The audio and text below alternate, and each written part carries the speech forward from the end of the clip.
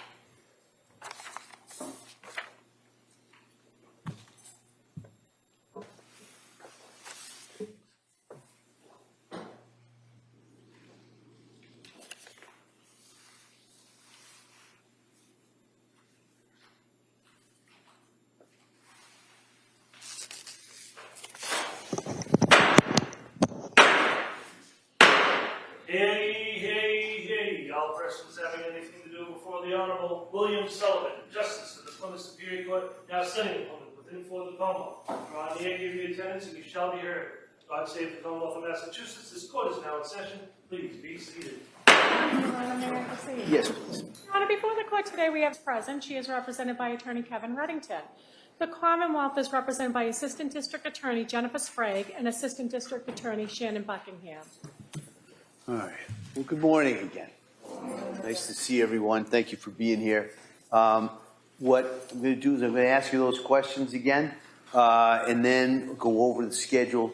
Forget we are not, or you are not, sitting this afternoon, okay? And that's not going to change, so you can count on that. So let me ask you that at this point, has any member of the jury read, seen, heard, or overheard anything from any source about any aspect of this case that would affect your ability to be fair and impartial as a juror? Next, is there any other serious matter or concern bearing on your service as a juror in this case that anybody needs to bring to my attention? Great. Thank you again for following those instructions. And what we're going to do is we're going to return to the Commonwealth's case. And like I said, we are not going to be, you're not going to be sitting this afternoon. The plan, and I'll double check when we get to that point, would be to return tomorrow at 9 o'clock and pretty much relatively full day tomorrow and probably Friday as well. But I'll double check as we go through that, all right? And I'll let you know as soon as I can if there's any changes to that schedule. So with that, I'm going to ask the Commonwealth to call their next witness. Commonwealth? Thank you. The Commonwealth calls Eitan Negri.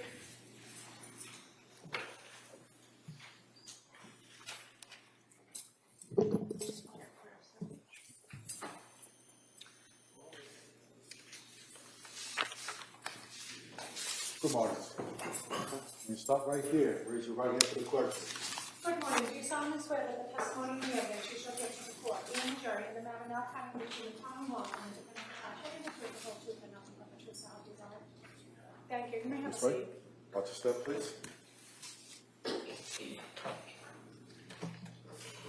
All right. Good morning, sir. Good morning, sir. I just ask you to speak into that microphone. Sure. All right. All right. Attorney Buckingham, please. Thank you. Good morning, sir. Good morning. Could you please tell the jurors your first and last name? My first name is Eitan, last name is Negri. Can you spell your first name for the record? E-I-T-A-N. And your last name? N-E-G-R-I. And what do you do for work? I'm a physician associate, physician assistant. And did you go to school for that? Yes. Can you tell us about your educational background? I did my undergraduate at City College in New York, and I did a post-bac at Brooklyn College, followed by a PA program at Torrey University in Manhattan. And do you currently work as a physician's assistant? Yes. And do you currently work in the state of Massachusetts? No, ma'am. Are you licensed in the state of Massachusetts? Yes, ma'am. Are you licensed in any other states? New York State. I'm going to go back to January of 2023. Were you working in Massachusetts then? Yes. And where were you working? Brigham and Women's Hospital. And were you in that same role as a physician's assistant? Yes. And what were you doing? What were your general duties in that role working at Brigham and Women's? Generally, you assess a patient, you diagnose, you formulate a plan with an attending physician, and you execute that plan throughout the day. It encompasses various things. Were you working in any particular department at Brigham and Women's back in January of 2023? The trauma, burn, surgical ICU. Now, I'm going to draw your attention to a particular patient that came into the Brigham and Women's Hospital on January 24th of 2023. That patient was Lindsay Clancy. Do you recall encountering this patient on January 25th of 2023? Yes. And what did you do as it pertained to the care and treatment of this patient? I received the information from the shift before me, formulated a plan, examined her, assessed her, staffed that plan with the attending physician, and executed that plan throughout the day. And fair to say this particular patient had injuries that you were directed to observe, review, form that plan on? Correct. What were the injuries? She had multiple injuries. The most acute were injuries that were requiring consultation with other services, and the ones that I directly managed were the lacerations to her wrists and just her wrists, actually.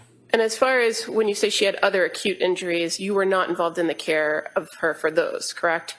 I was involved in the care that involved consulting other services to manage those things, yes. Okay, and as far as any sort of repair work that you were doing as a physician's assistant working with the trauma surgeons, what repair work were you assigned to do? Laceration repair. And on this particular patient, where were the injuries or lacerations that you were going to repair? She had multiple lacerations on both of her wrists. She had superficial on her neck, which I did not repair. Okay. And as it pertained to the wrists, did you go through that process of observing, reviewing, coming up with a plan, and then repairing those injuries? Yes. And were you directed to do that by any particular doctor? Not necessarily directed. A lot of those things fall within my scope, and since they were less acute, they kind of fell down the chain to me. Okay. And you're aware that she was being seen and treated by a host of other doctors, nurses, an entire team? Yes. As it pertains to the wrist injuries, what did you do to examine those areas? The first thing I do is assess the location, then I assess the severity, whether it requires intervention by someone other than myself. In this instance, it did not. So then I proceed with just kind of protocol laceration repair. When would it be a situation where you'd need somebody else to intervene? If it required surgical intervention or suturing repair beyond my skill set, in this instance, it did not. Okay. And so referring to these particular injuries, when you observed them, did you observe any areas of active bleeding? No. And fair to say they had been treated by nurses and other staff prior to you encountering these injuries, correct? Yes, they were dressed and covered before I got there. Now, when you assessed them, you noted that they were bilateral, correct? Yes. What does that mean? It means on both sides of the body, so both wrists. Okay. And so referring to the right wrist, what were your observations of the injuries to the right wrist? The right wrist, as far as my reference to the note, is that she had a few lacerations, one of which was severe and deep enough to require repair. And fair to say that that right wrist injury was, the one that you repaired was 3 centimeters deep? Approximately, if that's what my note says, then that's what it was. Okay. And on a wrist, or this area of the wrist where you observed the injuries, that depth of 3 centimeters, did that require further surgical intervention, or were you able to suture that area? I was able to suture that area. As far as what happened subsequent to that, I wasn't there, so I'm not sure. Okay. And how many sutures did you use to repair that injury? I believe 3.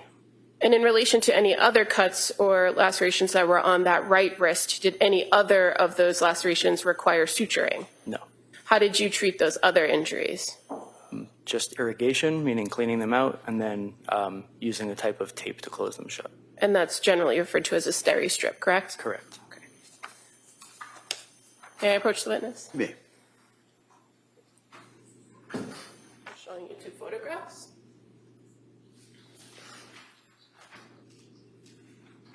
Do those photographs depict the repairs or the sutures that you did on the right wrist of Lindsay Clancy? Yes. I would move to admit these as the next 2 exhibits. All right, those may be admitted.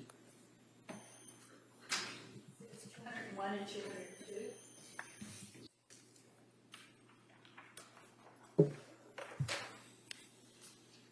I'm just going to show on the screen what's now been marked as Exhibit 201, and you should be able to see it, sir, on the screen in front of you. Can you see that? Yes. Okay. And so this is the right wrist, correct? Correct. And those black lines in the middle of the photograph are those the sutures that you did. Correct. And just showing you 202, Exhibit 202. These white strips that are all around the injury, are those the steri strips? Correct.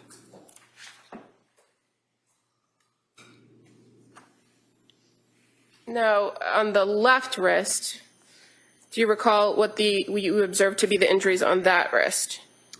I believe there was a similar laceration, just shorter in length, that required fewer sutures. Okay. And fair to say, if your notes reflect that the left wrist had one, meaning just a singular 2 centimeter deep linear cut, that would have been what your observations were of the injury that you repaired? Correct. And how many sutures did that injury require? 1 suture. And were there other areas that you observed that had some sort of laceration? I believe similarly just superficial ones that needed steri strips. And again, in treating this particular injury, when you came upon it, was there active bleeding or any concern that you needed more intervention other than a suture? At that time, no. I'm going to show you 2 more photos.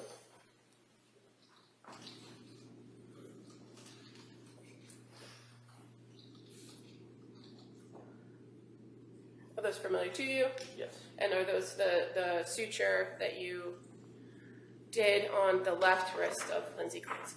Yes, ma'am. I move to admit these as the next 2 exhibits. All right, that may be admitted, or they may be admitted.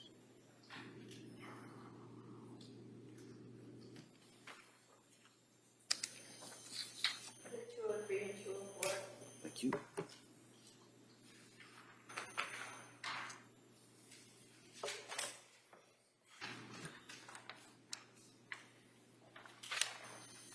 And now again, just showing what's been now marked as Exhibit 203.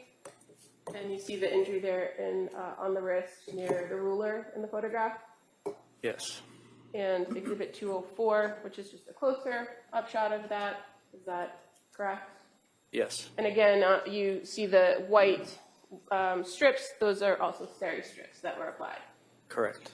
Now, in relation to any of these wounds on the right or the left wrist, did you observe the lacerations to go any deeper than the subcutaneous tissue? On my observation, no. And when we talk subcutaneous tissue, we're talking about that fatty tissue on underneath your skin, correct? Correct.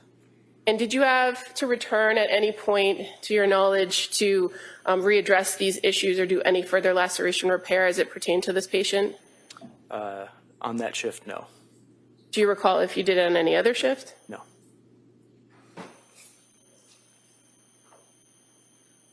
I have no further questions. Thank you.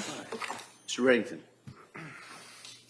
Is it Mr. Negri? Negri, yes, sir. And you're not a doctor, you're a physician assistant, is that what it is? That's correct, yes. Okay. And how long had you worked for Brigham and Women's prior to seeing Lindsay Clancy that on January 24, 23? I believe I was in my 2nd year of employment with Brigham and Women's. Okay, and you got to keep your voice up because people back here have to be able to hear you too, okay? I believe I was in my 2nd year of employment at Brigham and Women's. You're not suggesting for 1 minute that after you did your butterfly stitches, Lindsay could have got up and walked out the door of the hospital, right? No, sir. And would you agree with me that, in fact, she was critically ill when you saw her, right? Yes, sir.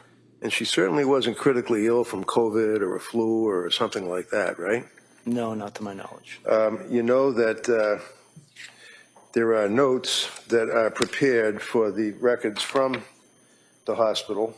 For example, on January 24, 2023, hospital admission form is filled out. Do you know a Dr.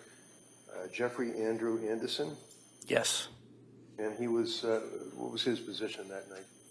He was one of the trauma surgeons and also one of the intensivists, the attending physicians in the ICU. All right. And you've had a chance to review a number of records and photographs with the DAs, I imagine, right? I've reviewed my own procedure note. Okay, so what does that mean? It means I reviewed the note that I wrote myself regarding the laceration repairs. Okay, is that the note that indicates that it appears as though that, for example, on the right upper extremity, there's a 3.5 centimeter deep laceration on the volar aspect of the wrist?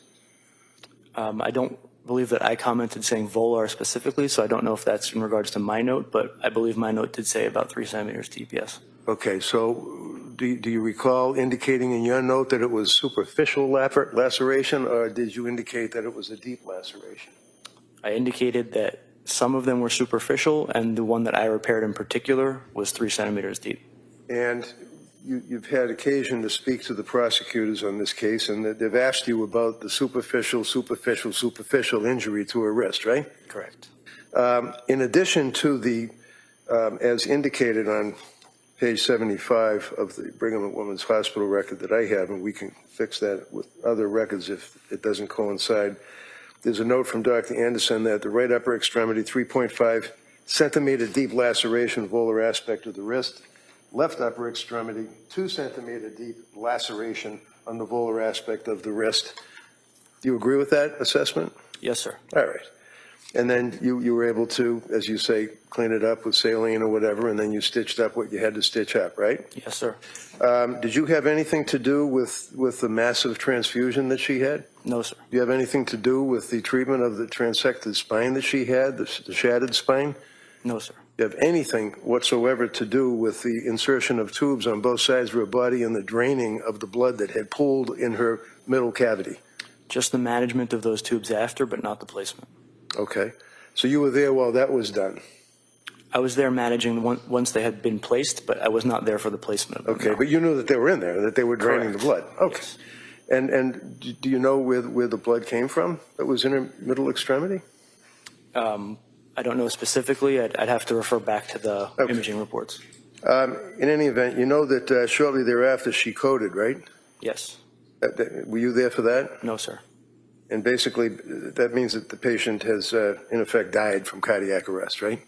Not necessarily died, but their heart has stopped beating for that And then portion. there's the crash teams and everybody hopefully revives the person, right? Correct. And you guys did that, or they did, and they were successful reviving her, correct?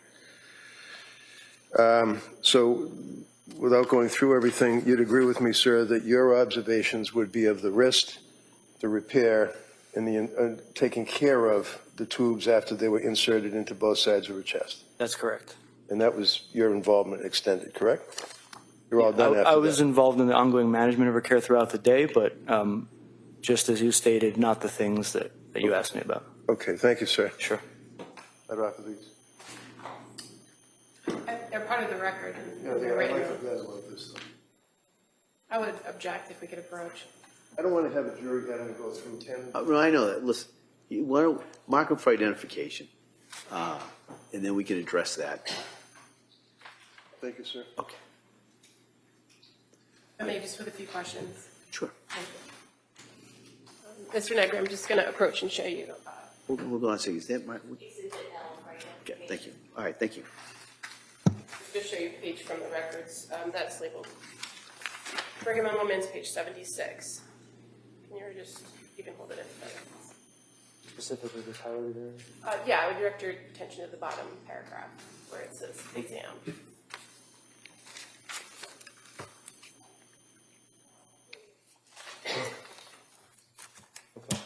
That's not your note from the record, correct? Correct. And when it's noted that the right upper extremity, left upper extremity has 3.5 centimeter deep laceration, 2 centimeter deep laceration, deep in the medical notes is not an adjective of it, correct? It's more of a directionality of the injury. It's a description of, basically an objective unit of measure. But when we say deep, it means that it goes down into the skin as opposed to across the It doesn't matter skin. what we say, it's what the records say. All right. I understand. Go ahead. Just if you could ask that question again. As far as your assessment of injuries, deep goes down in the skin as opposed to across the skin. Correct. Okay. And as far as Dr. Anderson goes, you knew that him to be one of the attendings and a trauma surgeon in this case. Were you aware that on January 24th he had examined these injuries and indicated they did not require repair at that time? I don't recall specifically. I'm sorry. But you came in to repair these on January 25th? Yes. Okay, thank you. Mr. Reddington, anything on that? Oh, thank you, sir. All right. Thank you, sir. Thank you. You're all set.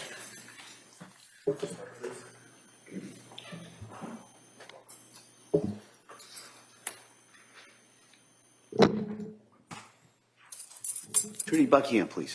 The Commonwealth would call Nicholas Roberts as its next witness, please.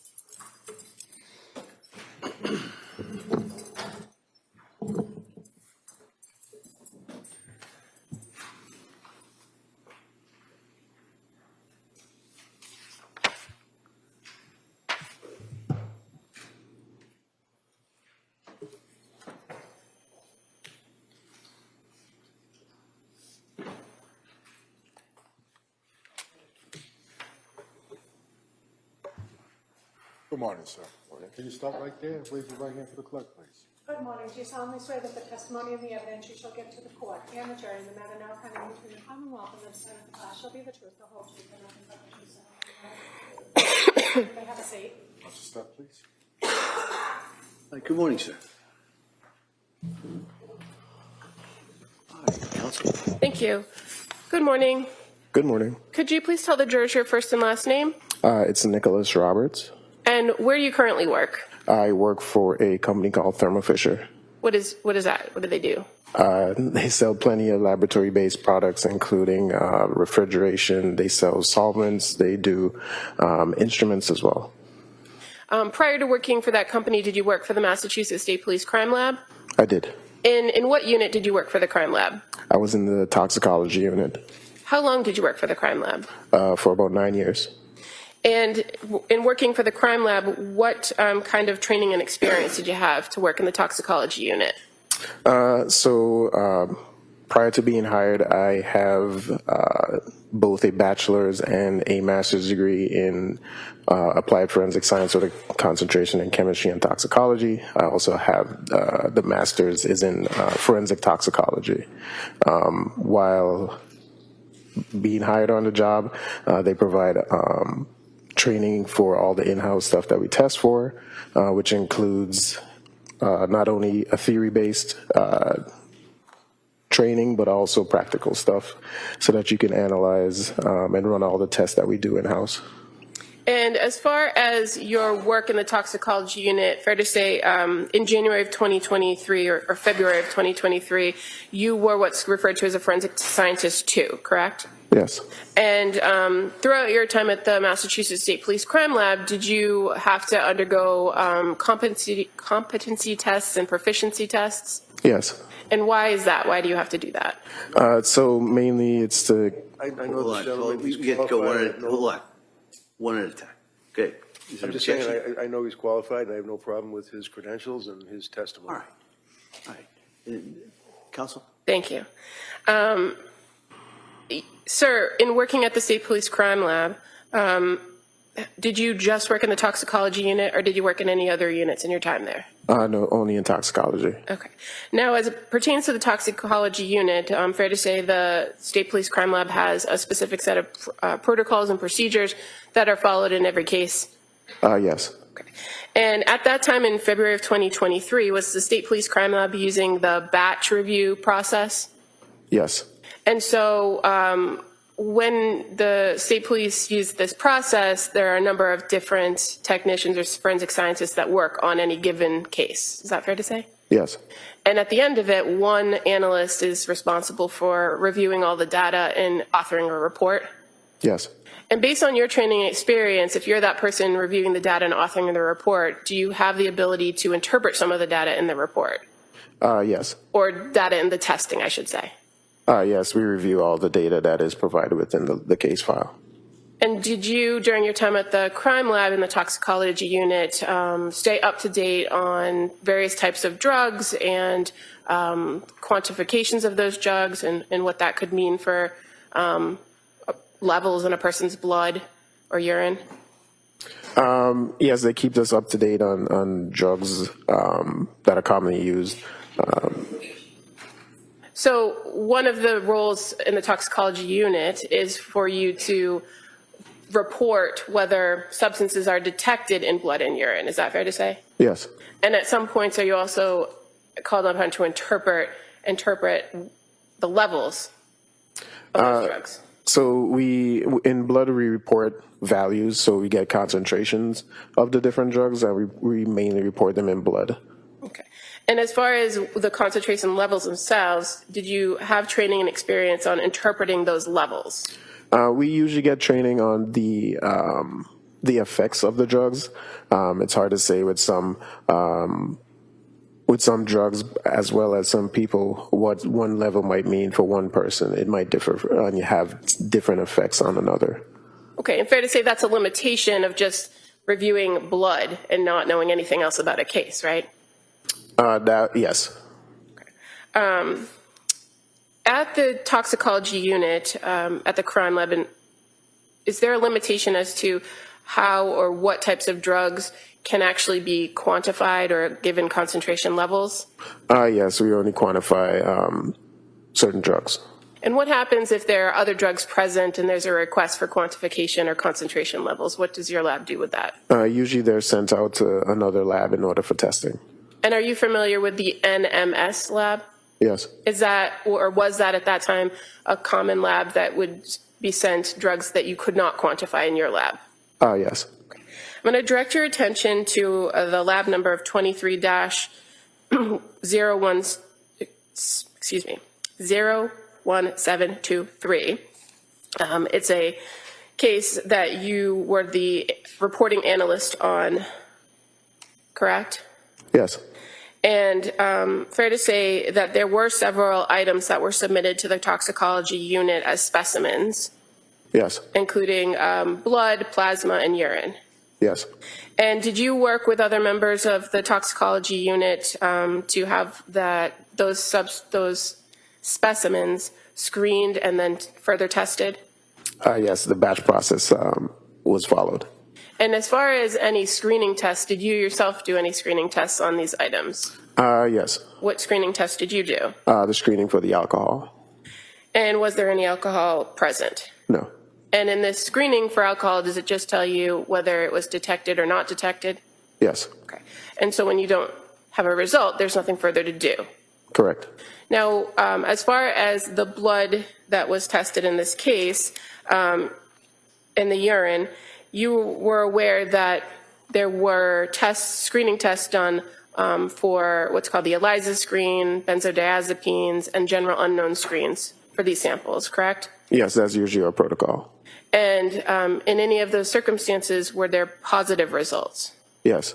And as it pertained to the positive results, what's your understanding of what was positive?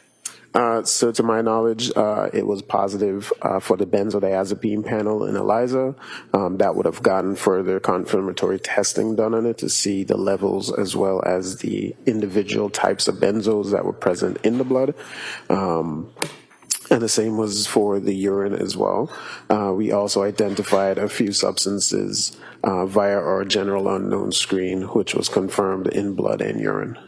Now, as far as... Counsel, is there an agreement as to whose blood is being tested at this point instead of just by the number? Yes. It might be easier for everybody, for the jury to follow. So would Your Honor just like you to read the results? No, just instead of referring to it by a number. Well, let me see it sidebar.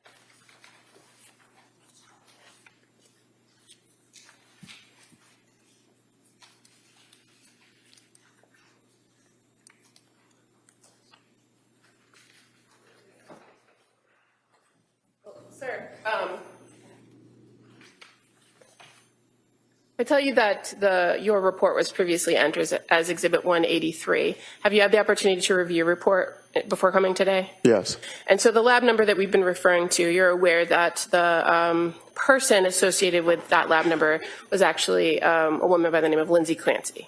Yes. Okay. Now, as far as the testing that was done, you received results to the positive benzodiazepines in the screen, and then it was confirmed, correct? Correct. How many benzodiazepines were present? There were at least 4 or 5. Okay. And were you able to get concentration levels from the blood samples after that screen and the confirmatory tests? Yes.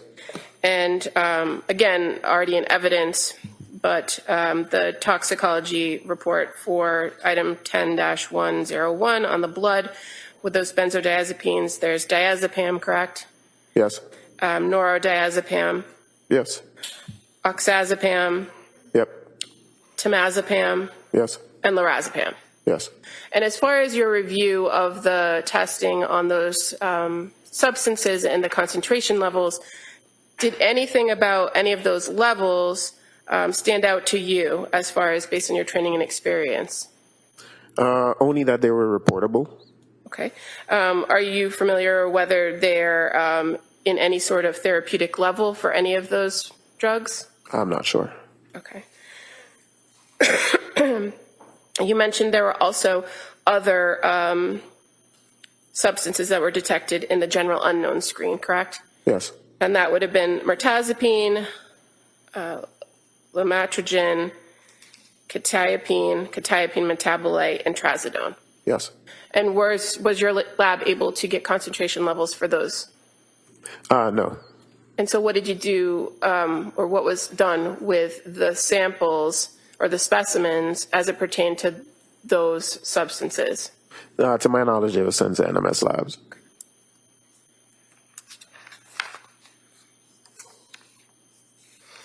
And you've previously stated that you are trained on effects of certain types of drugs, but your limitation is you don't know how it affects a particular individual, correct? Correct. These particular 5 benzodiazepines, do you know where they fall in the type of drug, what the general effects of those drugs are?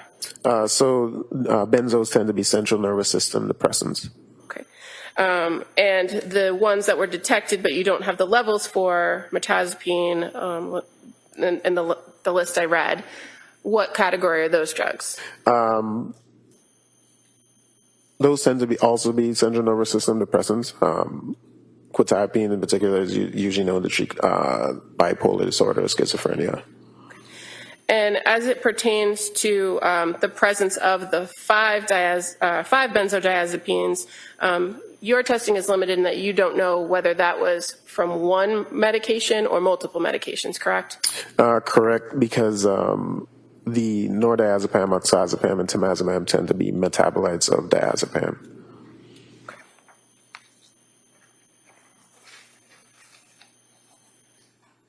No further questions.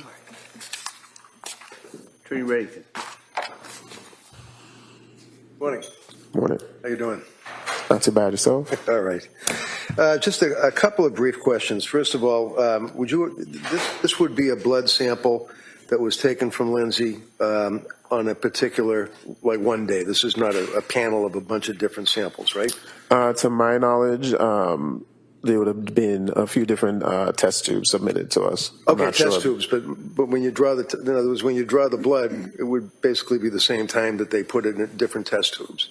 Yes, I'm not familiar with these specific ones, like if they were done over a span of time, but usually.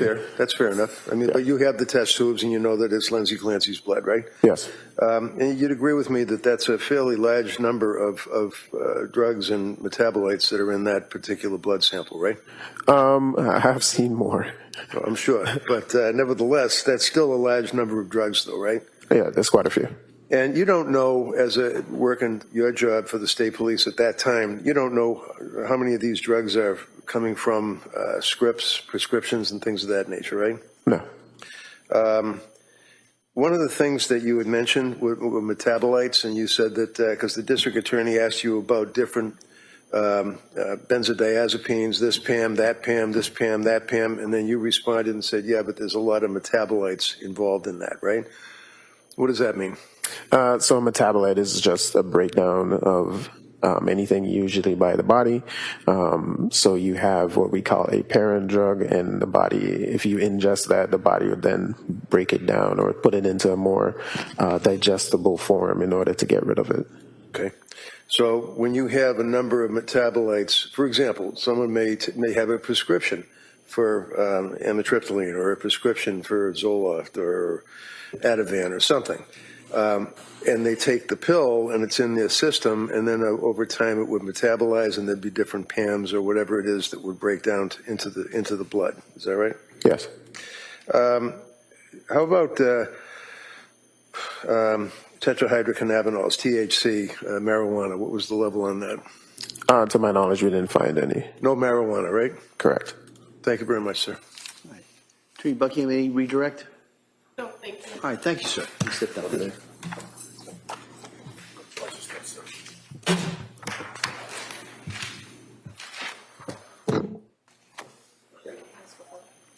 Sorry. Yeah. All right. Come on.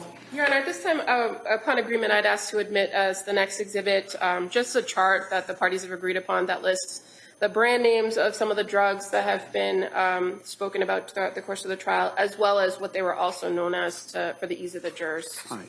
Yes, that's by agreement, Judge. All right. All right. So by agreement, that may be admitted.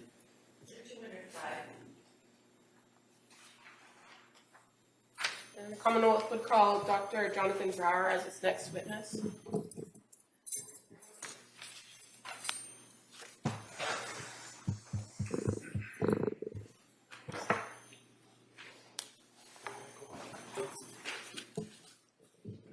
Good morning, sir. Morning. Can you stop right here and raise your right hand for the clerk, please? Good morning. Do you solemnly swear that the testimony and the evidence you shall give to the court and the jury that are now coming between the Commonwealth and the defendant the bar shall be the truth, the whole truth, and nothing but the truth? Thank you. You may have a seat. Watch your step, please. All right. Good morning, Doctor. Good morning. All right. Ask you to keep your voice up so the jury can hear you. And with that, counsel. Thank you. Good morning, sir. Can you please tell the jurors your first and last name? It's Justin Brower, Brower. And what do you do for work, sir? I'm a forensic toxicologist for NMS Laboratories. And where is that laboratory located? The laboratory is located in Horsham, Pennsylvania, just north of Philadelphia. And what does your laboratory do? We are a reference laboratory. We do postmortem work, clinical work, and forensic drug work. So primarily my role is on the forensic side. I'm a forensic toxicologist. And does your lab receive specimens from all across the country? We do. We have clients in all 50 states. We do approximately half of the postmortem work in the United States, as well as a large number of clinical clients. And is your lab accredited across several states and across the country? We are, because we deal with all the states in the United States, all the states in the country. We are accredited by just about every accrediting body that I'm aware of in the clinical and forensic aspects, as well as a lot of state certifications. So a lot of states have their own requirements. The most notable one is like New York State. So we're accredited by, again, every accrediting body that I'm aware of. Okay. And how long have you worked for NMS Laboratory? 4 years as of August 1st. And what's your educational background as a forensic toxicologist? I have a PhD in organic chemistry. Where did you get that from? The University of Nevada. And do you have any other professional experience in this field prior to working for NMS? I do. Before joining NMS Laboratories, I was a laboratory supervisor and then forensic toxicologist for the North Carolina Office of the Chief Medical Examiner, which is a statewide system. So we did the postmortem toxicology work for all 100 counties of the state of North Carolina.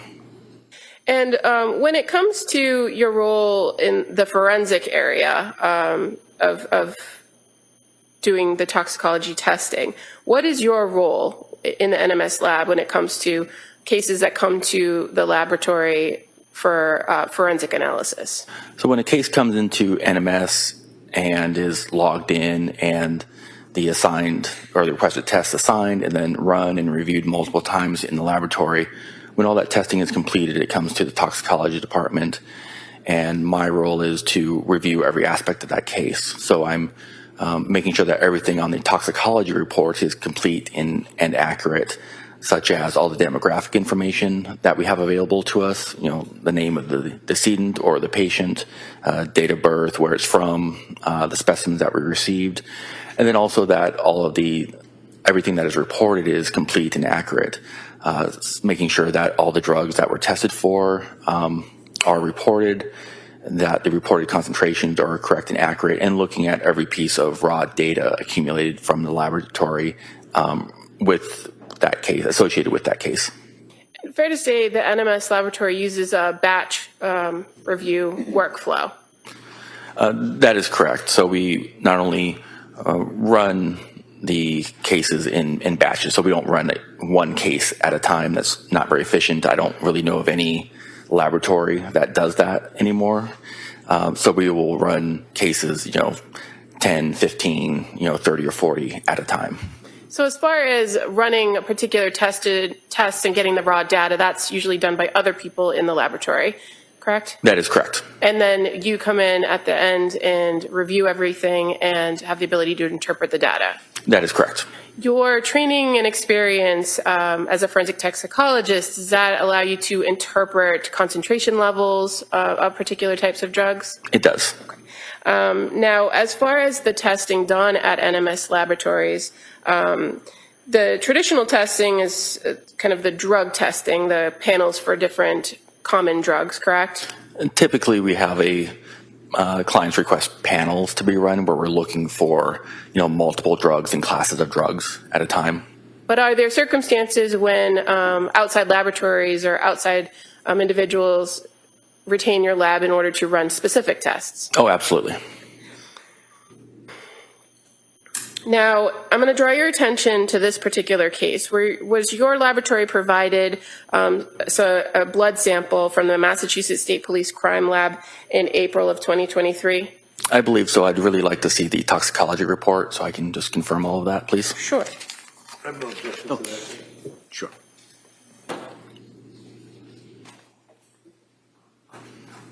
Thank you so much. You can hang on to that. That's fine. Okay. Correct. We received the specimens on April 7th, 2023. And it came from the Massachusetts State Police Crime Lab? No.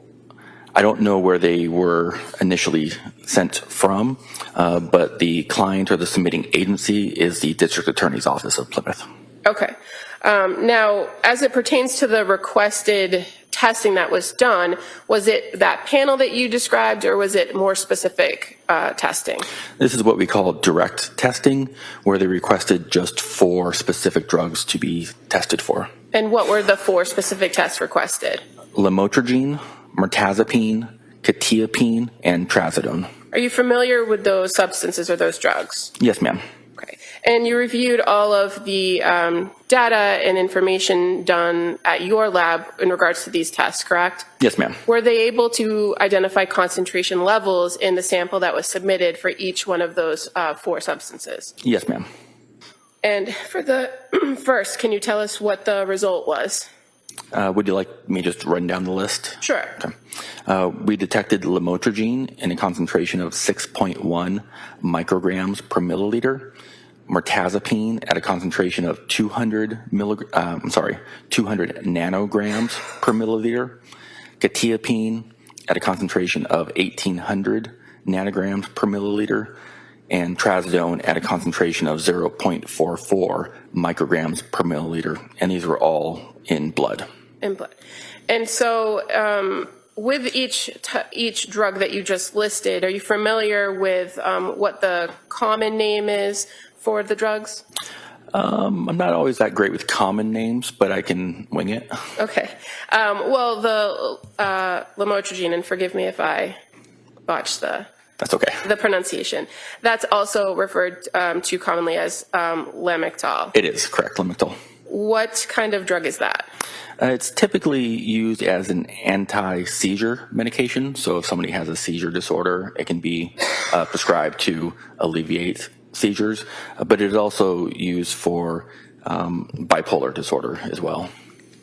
And mirtazapine, fair to say that's commonly referred to as Remeron. Correct. And what kind of drug is that? That isn't typically an antidepressant. And quetiapine, what's that common drug? Quetiapine is known as Seroquel. And fair to say that's an antipsychotic as well for Yes. bipolar? Yes, ma'am. Are you familiar with whether that often can be prescribed in low doses for sleep? It is. It can be for insomnia. And trazodone, what's the common name for trazodone, if you know? I am drawing a blank on the trazodone. If I suggest trazamine, is that familiar? Not the one I'm most familiar with, and I apologize. That's okay, but you're familiar with trazodone. Correct. And Yeah. what class of drug is that? That's an antidepressant. Now, in your review of the levels that were detected in these 4 tests for each of these substances, do any of these levels appear to be outside therapeutic concentration levels? The only one that's a little elevated would be the quetiapine. Okay. So we're gonna take a very short break at this time, all right? So this will be a short break, and we'll come right back, all right? All right. Good. Please go to notebook, please come on the chairs.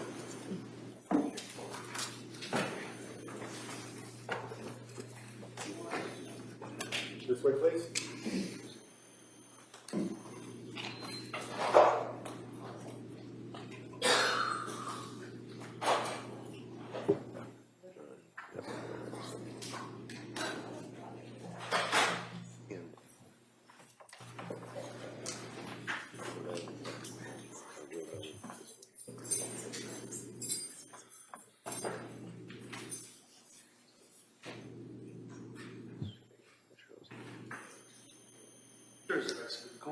All right, we'll be right, this will be a short break, just for a short recess, we'll come right back up. Half hour?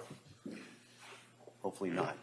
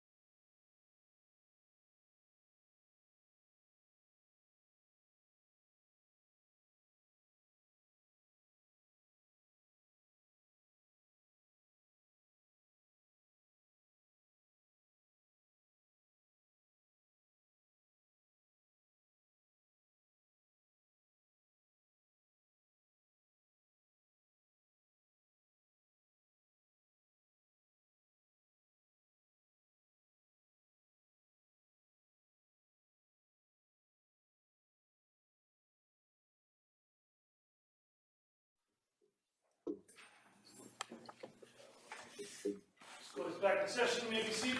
All right, we all set for the jury?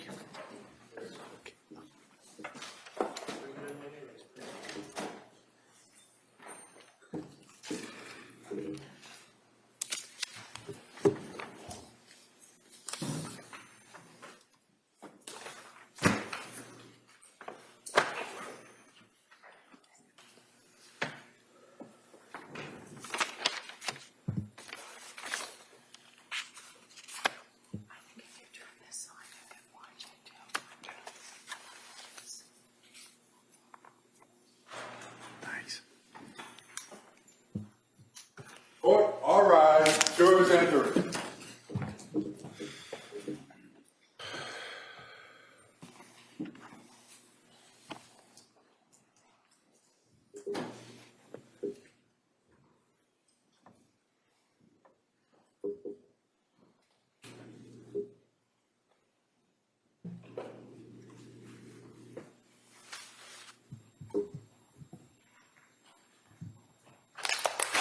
This court's now in session. Please be seated. All right, for the purpose of the record, we return back to the trial of Commonwealth versus Lindsay Clancy. All parties are present, including Ms. Clancy and including the 18 jurors. All right. All right. Counsel? Thank you. Dr. Brower, before we broke, we mentioned the term therapeutic concentration. You familiar with that term? Correct. What does that mean? It's the typical concentration that one would achieve when they're taking the medication or drug as indicated by their prescriber. And are you familiar with toxic concentrations or suicidal concentrations? I am. And what does that mean? Those are concentrations that could lead to adverse events and potentially death. Now, in relation to the 4 substances that were tested at the NMS laboratory, you identified the levels for each of the 4 substances. Were any of those concentration levels considered within therapeutic concentration? It would all be in what I would say a therapeutic concentration, except maybe the quetiapine, which is slightly elevated. Okay. And in your experience as a forensic toxicologist, have you had the occasion to review cases, post-mortem cases in which suicide was a mechanism of death where the person consumed medication? Absolutely, yes. And so that level of the quetiapine at the 800 nanograms per milliliter, would that have been in that toxic or suicidal level? No, ma'am. Would you generally expect to see that significantly greater in a suicide case? Typically, quetiapines in suicide cases might be in the, close to 10,000 nanograms per milliliter. Usually people take handfuls of pills when they're trying to harm themselves and take their own life, and this is not consistent with that. Now, are you also familiar in your training and experience with the class of drugs called benzodiazepines? Yes, ma'am. And do you have the occasion to interpret data as it pertains to concentration levels for those? Every single day.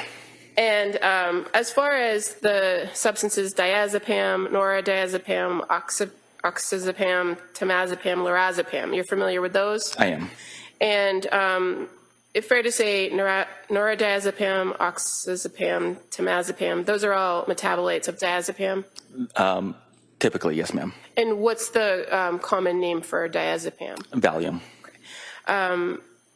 If I show you what's been marked as Exhibit 183 already.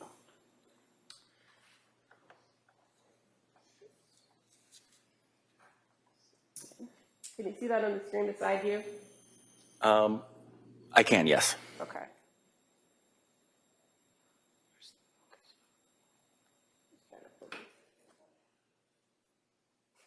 Right there. Can you see the levels? They're all blurry. Yep, hold on. There we go. My eyesight's not great, too, so Okay, so That's perfect. That's the best I can do with the autofocus. don't touch it. Anything about the levels that you observed here regarding those substances, those benzodiazepines, that tell you that they're outside therapeutic concentration levels? The diazepam and the nordiazepam, oxazepam, and temazepam metabolites. The diazepam looks to be sub-therapeutic, meaning lower than what is typically expected from a therapeutic dose. Most therapeutic doses of diazepam, which is an anxiolytic drug or an anti-anxiety drug, are typically 200, 250 thereabouts nanogram per milliliter. The lorazepam, depending upon the dose, could be a therapeutic concentration, if not maybe a little bit lower than expected. Okay. Thank you. Now, when you're reviewing these cases as the reporting forensic toxicologist, are there limitations on what you can say about the effects of these types of medications? We can speak as to the general effects that drugs can have on the general population, but we try to restrict ourselves from saying with absolute certainty that a drug will have this effect on this specific person, because we just aren't there to witness their behavior. Okay, so that was kind of the follow-up. So I'm sorry. What are the things that are the unknowns for you when you're just looking at data? When we say that we can't do toxicology in a vacuum. You can't know everything about the case just by looking at numbers on the toxicology report and drugs on a toxicology report. You need other information to have an informed opinion. In the postmortem world, that would be the investigation itself, the history of the case, the scene findings, interviews with families and friends of the decedent. As well as autopsy findings as well. In a case like this where it's not a decedent and the person is alive, you still need to know some facts of the case, some sort of history of the case, like what happened. So just numbers on a page, you can just make very generalized types of opinions, such as that looks to be therapeutic, it looks to be high, it looks to be low, and then again, just the general effects on the drugs on people. And in this particular instance, you were not provided any further information about the case or the investigation in order to make any more opinions about effects. I knew nothing about this case until we spoke, I think it was probably a few weeks ago. And as far as the information available to you, you only had the data from the specimen that was tested, correct? That is correct. Just these 4 drugs that were requested to be tested for. And as far as the drugs, the 4 drugs that were tested by your lab, what are the general characteristics of some of those drugs? So these are generally antidepressants and antipsychotic medications. So if somebody had, the lamotrigine, if somebody has, say, bipolar disorder, like wild mood swings, depressive episodes or psychotic episodes, these drugs could be prescribed. They also have depressant effects, so they could make people become, lethargic or sleepy. Okay. And would any of the combination of these drugs cause a person to stop breathing? It's possible, especially the mirtazapine, quetiapine, the trazodone, and then the 2 other benzodiazepines. Those are all central nervous system depressants, so they could, in large combinations or large concentrations and in combination with each other, cause central nervous system depression, which could reduce people's respiration rates. But in the levels that you observed in the testing that your lab did, as well as what I just showed you from Exhibit 183, is there anything about those concentration levels that would give you a sense that the person could have stopped breathing as a result of these? Not necessarily, but if I had the information that, a patient presented to an emergency department and they had labored breathing and weren't breathing adequately, and I had this information, then you could probably tie all that together. But without that extra information, then generally no. Based on the levels alone, you can't give any sort of opinion? I would like to not. Okay. And finally, are you familiar with the drug Narcan? I am. And what kind of effect does the drug Narcan have on a person who has consumed these drugs, if any? Just these drugs that we've talked about here today? Mm-hmm. Yes. Absolutely nothing. Okay.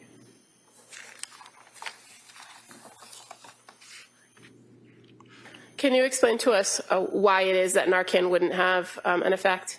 Narcan is an opioid overdose reversal agent. It is an opioid antagonist.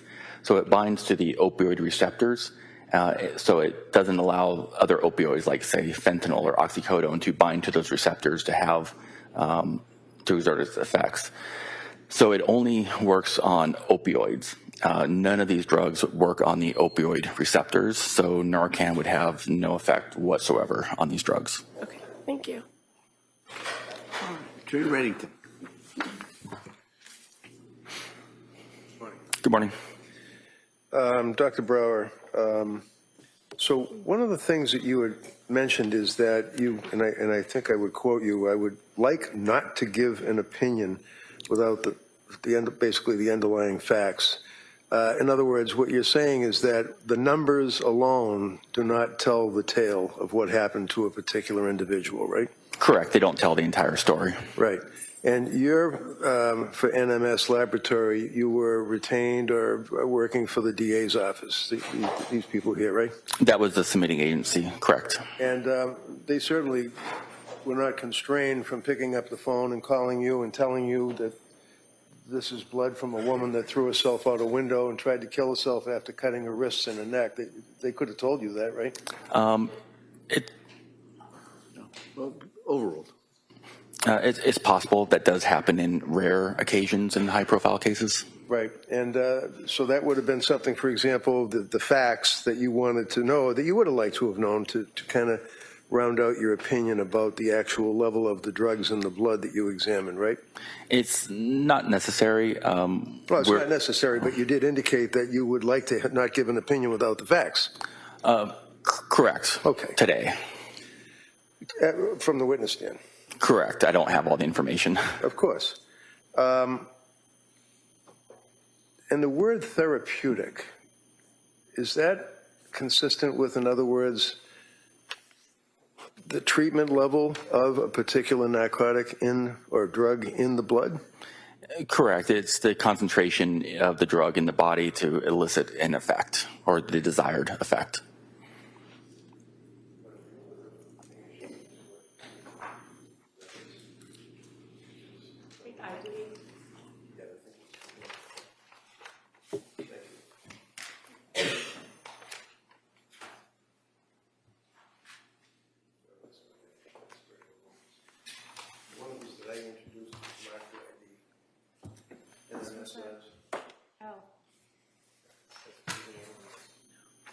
NMS Laboratory records that I introduced, but they were marked for ID.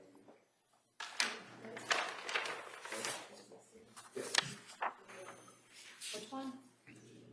Not yesterday.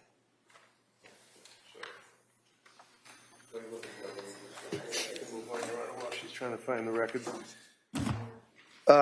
As it relates to the therapeutic level, sir, is it your understanding that the lorazepam, the alprazolam, clonazepam, the council had asked you about the benzodiazepines were within therapeutic, thank you, within therapeutic level? I'm sorry, I had trouble hearing you. Yeah, I'm sorry. They were within therapeutic level? I'm sorry, could you repeat the entire question? Sure. What is lamotrigine? Lamotrigine is typically used as an anti-seizure medication and could also be used for bipolar disorder. Okay. Do you have the results for your lab in front of you? Yes, sir. Toxicology? Yeah, you can read along just so you can refresh your memory if it helps. The lamotrigine, it says 6.1. What does that mean? 6.1 micrograms per milliliter.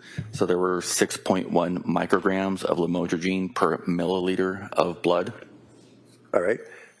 Is that above therapeutic, below therapeutic, or therapeutic? It's right in the middle of the therapeutic range. So if somebody had a prescription, for example, for that narcotic or that drug, then they were taking the drug according to the recommended dose, right? And that's what it would appear to me if they were prescribed it, correct? How about the mirtazapine? The mirtazapine also looks to be probably used appropriately as prescribed. And you need a prescription for that, don't you? Yes, you need a prescription for all four of these drugs. Okay. And is there another name for mirtazapine? Remeron. Remeron. All right, and what is the purpose, or what do you use Remeron for? It's an antidepressant. How about the creatapine is the number 3? The quetiapine is also known as Seroquel, and that is generally used as an antipsychotic. And what does that mean when you say an antipsychotic? What does that mean? So somebody has psychotic episodes, say like hallucinations or just not seeing reality like quote normal person would, they could be prescribed quetiapine as an antipsychotic to try to kind of level out their brain chemistry. And what was the result on the quetiapine? 1,800 nanograms per milliliter. Now, is that within therapeutic? Is that below or high? It looks high to me, depending upon the dosage. Okay. And trazodone is the next one. What is that? Trazodone is also an antidepressant. And what's the result on that? Oh, I'm sorry, 0.44 micrograms per milliliter. Okay. And is that therapeutic, below therapeutic, or above therapeutic? I would say that's a therapeutic concentration. Okay. So basically, with the exception of the quetiapine that was 1,800 nanograms per... What is a nanogram? What does that mean? Nanograms per milliliter. What does that mean? It's a very, very small amount. It's 1/1,000,000th of a milligram. Okay. And that's how you measure the quantity of a particular substance that would be in a person's blood, correct? In the blood, correct. So on the quetiapine at 1,800 nanograms per milliliter, that's the only one that was not therapeutic. That was a little higher than therapeutic. Is that correct? Correct. It's approximately maybe double what you might expect. So when I say it's a little elevated, it's not in a concentration that I would consider to be necessarily toxic or lethal. Okay.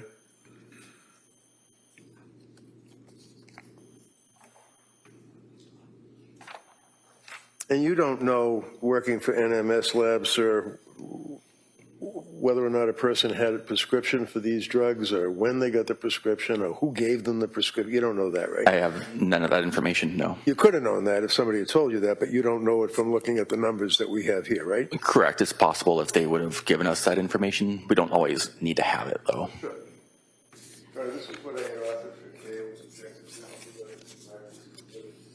Can I just see it again first? Oh, sure. Yep.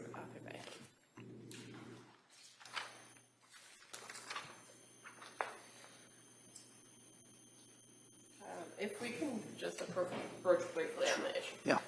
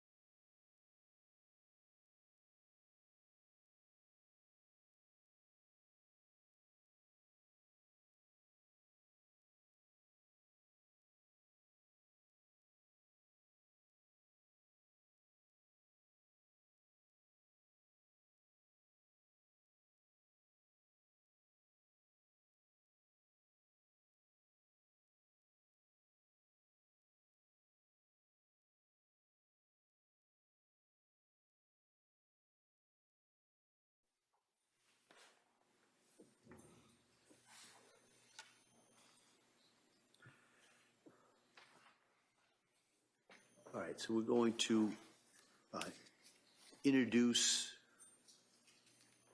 that exhibit at this time. Thank you. So just if I may, excuse me, approach it. This basically is an NMS lab report. Same as this one. Same numbers on the top, right? Where the square is. Correct. Move to admit the report as No submitted. objection. All right, that may be admitted as well. Thank you. Nothing further. I have nothing further. Thank you, sir. All right. All right, thank you, Doctor. Am I released? You're all set. Thank you. Thank you.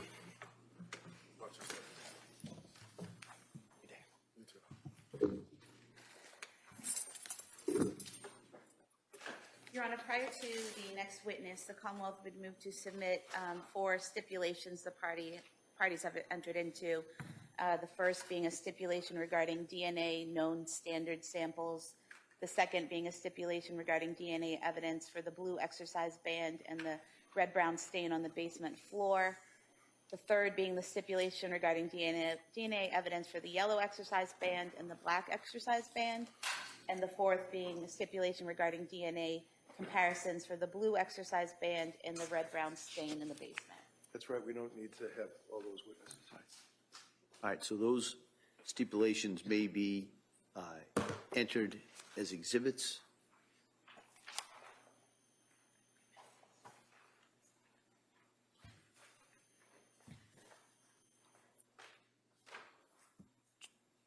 Counsel, do you want those published or read to the jury, or satisfied that they'll have those? And the parties can refer to the contents of the stipulations. Satisfied with they're in. Yep. The only one we would like to have read to the jury, I'm sorry, are you all set? Take your time. That's on me. I kind of jumped in there. I'm sorry. Exhibits 208 through 211.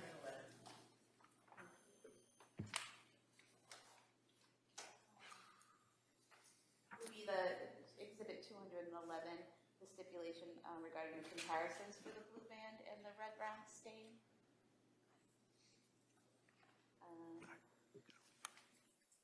Yeah, I don't, if she wants you to read it, I don't have a Sure. problem. Yeah. I think it was defense that wanted you to read it. I'm fine Well, reading it. you know what? I want to read it. Great. All right, so that's what we'll do. All right, so members of the jury, remember, I think it was yesterday or the day before, I talked a little bit about those stipulations. So the same instructions, all right? These are facts that I'm going to read that the parties have agreed to, that you can rely on in arriving at your verdict at the end of this case. This is one of 4 that was just introduced. You'll have all 4 of them with you back in the jury room when you deliberate. But so let me just read this one stipulation. This doesn't mean this stipulation is any more important than any of the other ones, but the parties would like me to just read this one here. All right, so this is a stipulation regarding the DNA comparisons for the blue exercise band and the red-brown stain. It was marked A. Now, in the above captioned matter, the parties agree to the following facts as it pertains to the DNA comparisons for the blue exercise band and the red-brown stain A in the basement. Number 1, forensic scientist Emily Oliver reviewed and interpreted the data relating to the question items, parentheses, item 2-4, blue exercise band, and item 3-3, the red-brown stain A from the basement floor, close parentheses, and conducted comparison analysis to the known standards in this case. Number 2, the parties agreed to the following conclusions regarding comparison analysis of these items. A, item 2-4.1.1, sample from the ends of the blue exercise band. The DNA profile was interpreted as a mixture of 3 contributors. There are 5 individuals who have a likelihood ratio that indicates an inclusion in the profile. They are Dawson Clancy, Callan Clancy, Cora Clancy, Lindsay Clancy, and Patrick Clancy. B, item 2-4.2.1, sample from the middle of the blue exercise band. The DNA profile was interpreted as a mixture of 3 contributors. Callan Clancy is included as a major contributor.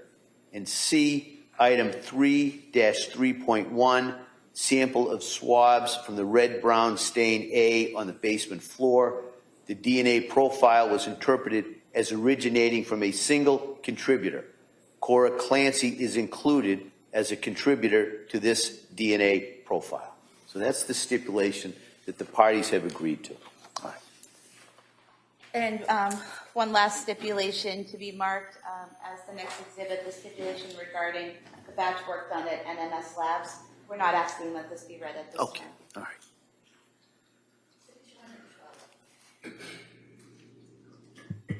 The Commonwealth would call Katerina Stashin.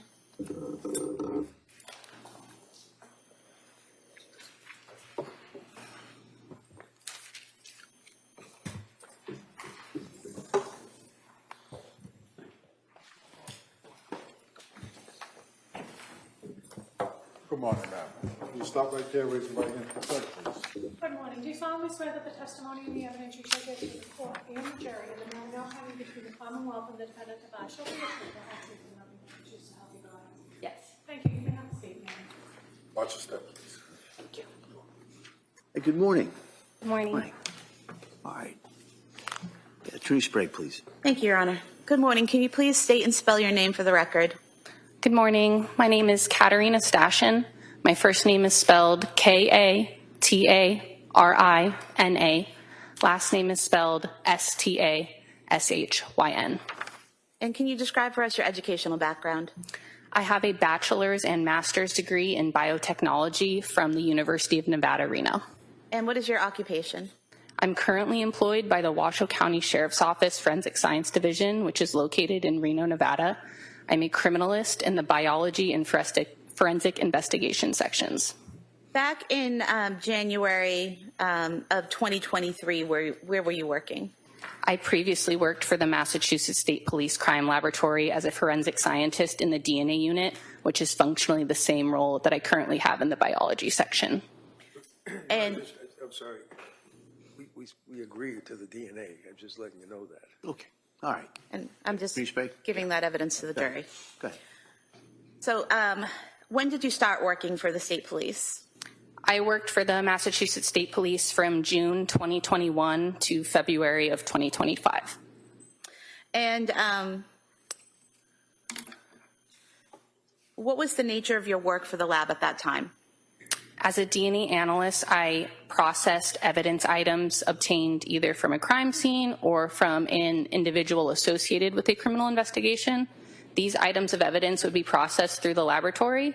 I then would perform interpretations, comparisons as needed, write reports. I also could perform administrative reviews of other analysts' work and provide expert witness testimony as needed.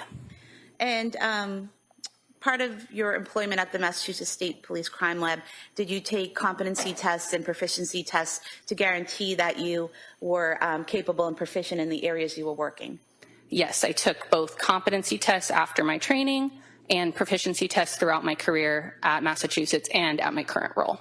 And have you passed all of those tests? Yes, I have passed all competency and proficiency tests that I've taken so far in my career. Can you tell us what is DNA? DNA stands for deoxyribonucleic acid, and this is genetic information that is stored in our cells. This is information that makes us who we are, determines how we develop and grow. A person's DNA is inherited approximately half from their mom and half from their dad.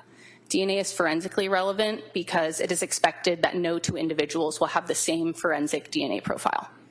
And is DNA the same in every single cell in a person's body? Yes, the DNA profile obtained from different cells, different cell types like a blood cell or from a saliva cell or cell in your saliva would have the same DNA profile, barring your mutation. And can you explain generally the process used to analyze evidence, in this case, the testing involving the defendant, Lindsay Clancy? The items tested in this case and in all cases will go through a 4-step laboratory process of extraction, quantification, amplification, and detection, and then profiles developed from that laboratory process will be interpreted and compared. Can you just briefly explain what is extraction and how it's done? Extraction is the first step of that laboratory process that involves applying a variation of heat and chemicals to a sample. This breaks open cells that are present and releases the DNA and then isolates that DNA. And was the next step quantification? Yes. And what is that and how do you do that? Quantification is the second step when we determine a reliable estimate for the amount of DNA in those samples that were extracted, and those values are then used to optimize the rest of the process with the goal to obtain a quality profile for that sample. And the third step, amplification, can you explain that? Amplification is when we make millions and millions of copies of certain areas of DNA to make it able to be detected and visualized. And then detection, what is that? And then the fourth step is separation or detection. This is where we separate out all those millions and millions of copies that we made to make them visual. This produces a DNA profile that an analyst is then able to review and interpret. And when you worked at the Massachusetts State Police Crime Lab, were there certain standardized protocols and procedures that you used at that lab? Yes. And were there controls used in your testing? Yes. What does that mean? So there are two different types of controls that were used in our testing. The first is a positive control. This is a sample that contains a known DNA profile, and it is processed alongside evidence samples. So when that known DNA profile is obtained at the end of the process, it confirms that the process is working appropriately. The second type of control is a negative control, and this is a sample that contains no DNA that is also processed alongside evidence samples, and this is able to monitor any contamination and confirm that clean technique is used during testing. And does your work undergo a review process at the lab, or did it? Yes, all work goes through 2 stages of review, technical review and administrative review. Technical review is when another qualified analyst reviews all of the work done in the file and in the report. They confirm that all protocols were followed and that correct conclusions were drawn. And then administrative review is when another analyst reviews that file, all of the documentation and the report for overall clerical accuracy and completeness.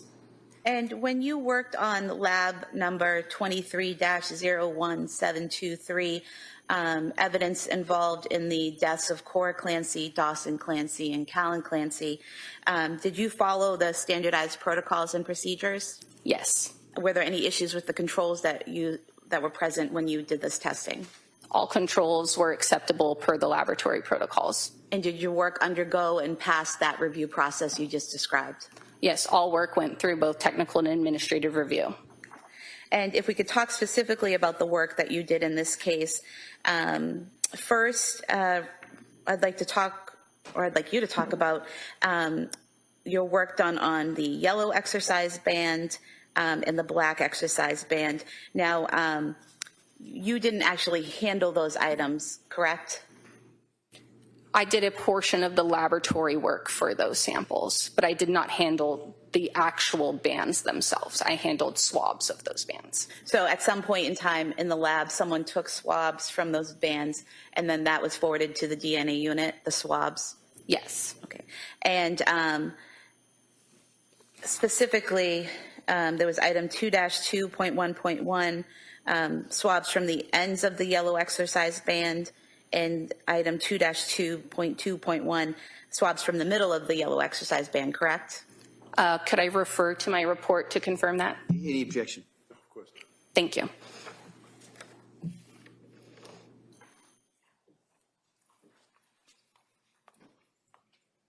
Yes.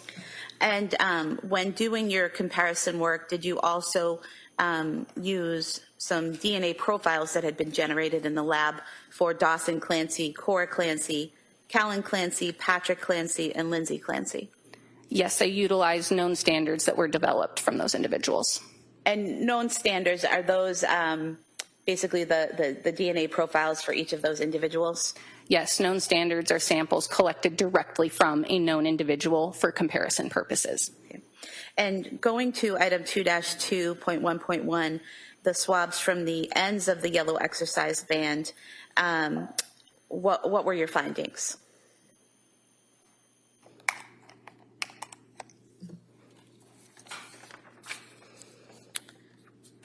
So I'm going to start with a general statement for this report as a whole.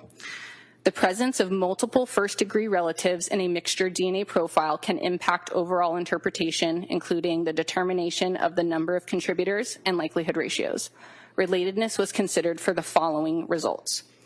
For item 2-2.1.1, sample from ends of yellow exercise band located in basement office, 47 Summer Street. The DNA profile is a mixture, including male DNA. Due to the possible relatedness of low-level contributors to this profile, an alternate number of contributors was considered. First, assuming 2 contributors. The DNA profile is a mixture of at least 2 contributors, including male DNA. Contributors 1 and 2 are suitable for comparison. The DNA profile was interpreted as a mixture of 2 contributors. The DNA profile from this item is at least 1.7 nonillion times more likely if it originated from Dawson Clancy and an unknown individual than if it originated from 2 unknown unrelated individuals. This provides support that Dawson Clancy is included as a contributor to this DNA profile. Cora Clancy, Callan Clancy, Patrick Clancy, and Lindsay Clancy are excluded from this DNA profile. Assuming 3 contributors. The DNA profile was interpreted as a mixture of 3 contributors. Contributor 1 is suitable for comparison. Due to limited information and possible relatedness of contributors, contributors 2 and 3 are not suitable for comparison. The DNA profile from this item is at least 920 octillion times more likely if it originated from Dawson Clancy and 2 unknown individuals than if it originated from 3 unknown unrelated individuals. This provides support that Dawson Clancy is included to this DNA profile. Cora Clancy, Callan Clancy, Patrick Clancy, and Lindsay Clancy are excluded from contributor 1 of this DNA profile. I'm going to ask you a few questions about what you've just told us. You mentioned the effect of relatedness. What does that mean? So, as I mentioned, an individual's DNA is inherited approximately 1/2 from their mom and 1/2 from their dad. So this means that there's a lot of DNA shared between relatives, including between parent and children and between siblings. So this can affect the determination of the number of contributors. So when I review the profile to see how many people are in that profile, because there's so much DNA that is shared. So taking that into account, I did 2 different interpretations, first assuming 2 contributors and the second assuming 3 contributors, again, just due to the complexity of relatedness and its effect on this profile, especially low-level contributors. And would it be correct to state that when there is this level of relatedness where you have 2 parents and 3 siblings, that you can have false exclusions? If there is an underassignment of the number of contributors, meaning that the number of contributors is incorrectly assigned lower than it actually is, which is a possibility with relatedness because you're working with less information because that information is shared, the underassigning could lead to false exclusions of true contributors. Could you also miss some people to include? Due to the effects of relatedness, it could be difficult to determine number of contributors simply because so much information is shared. Therefore, it is more complex when assigning this number. And for item 2-2.1.1, the ends of the yellow exercise band, whether you considered 2 contributors or 3 contributors, both of your findings find that Dawson Clancy was a contributor, a potential contributor. Both propositions, either 2 contributors or 3 contributors, had high inclusionary stats for Dawson Clancy, correct? What's a nonillion? Nonillion is a very large number. Do you know how many people are on Earth? I know it's... This is typical DNA gobbledygook at this point, Judge. I object. Well, I object to his objection. That's Ridiculous. overruled. Go ahead. They're going to talk You can about ask. not millions and how many. Counsel, can I see you over at sidebar?